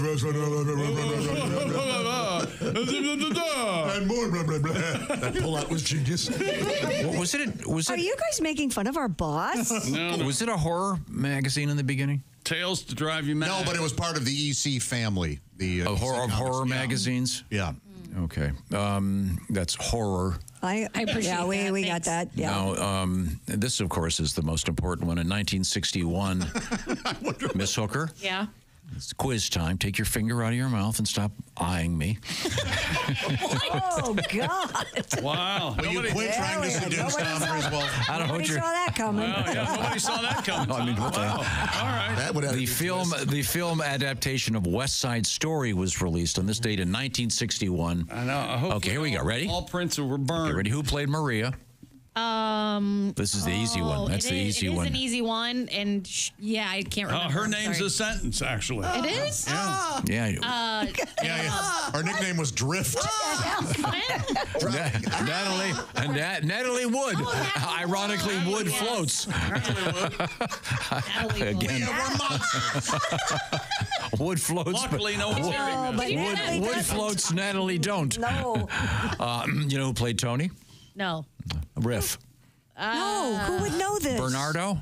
I don't know. The only person in the room that knows this It is was you. it was Kevin. See you Monday.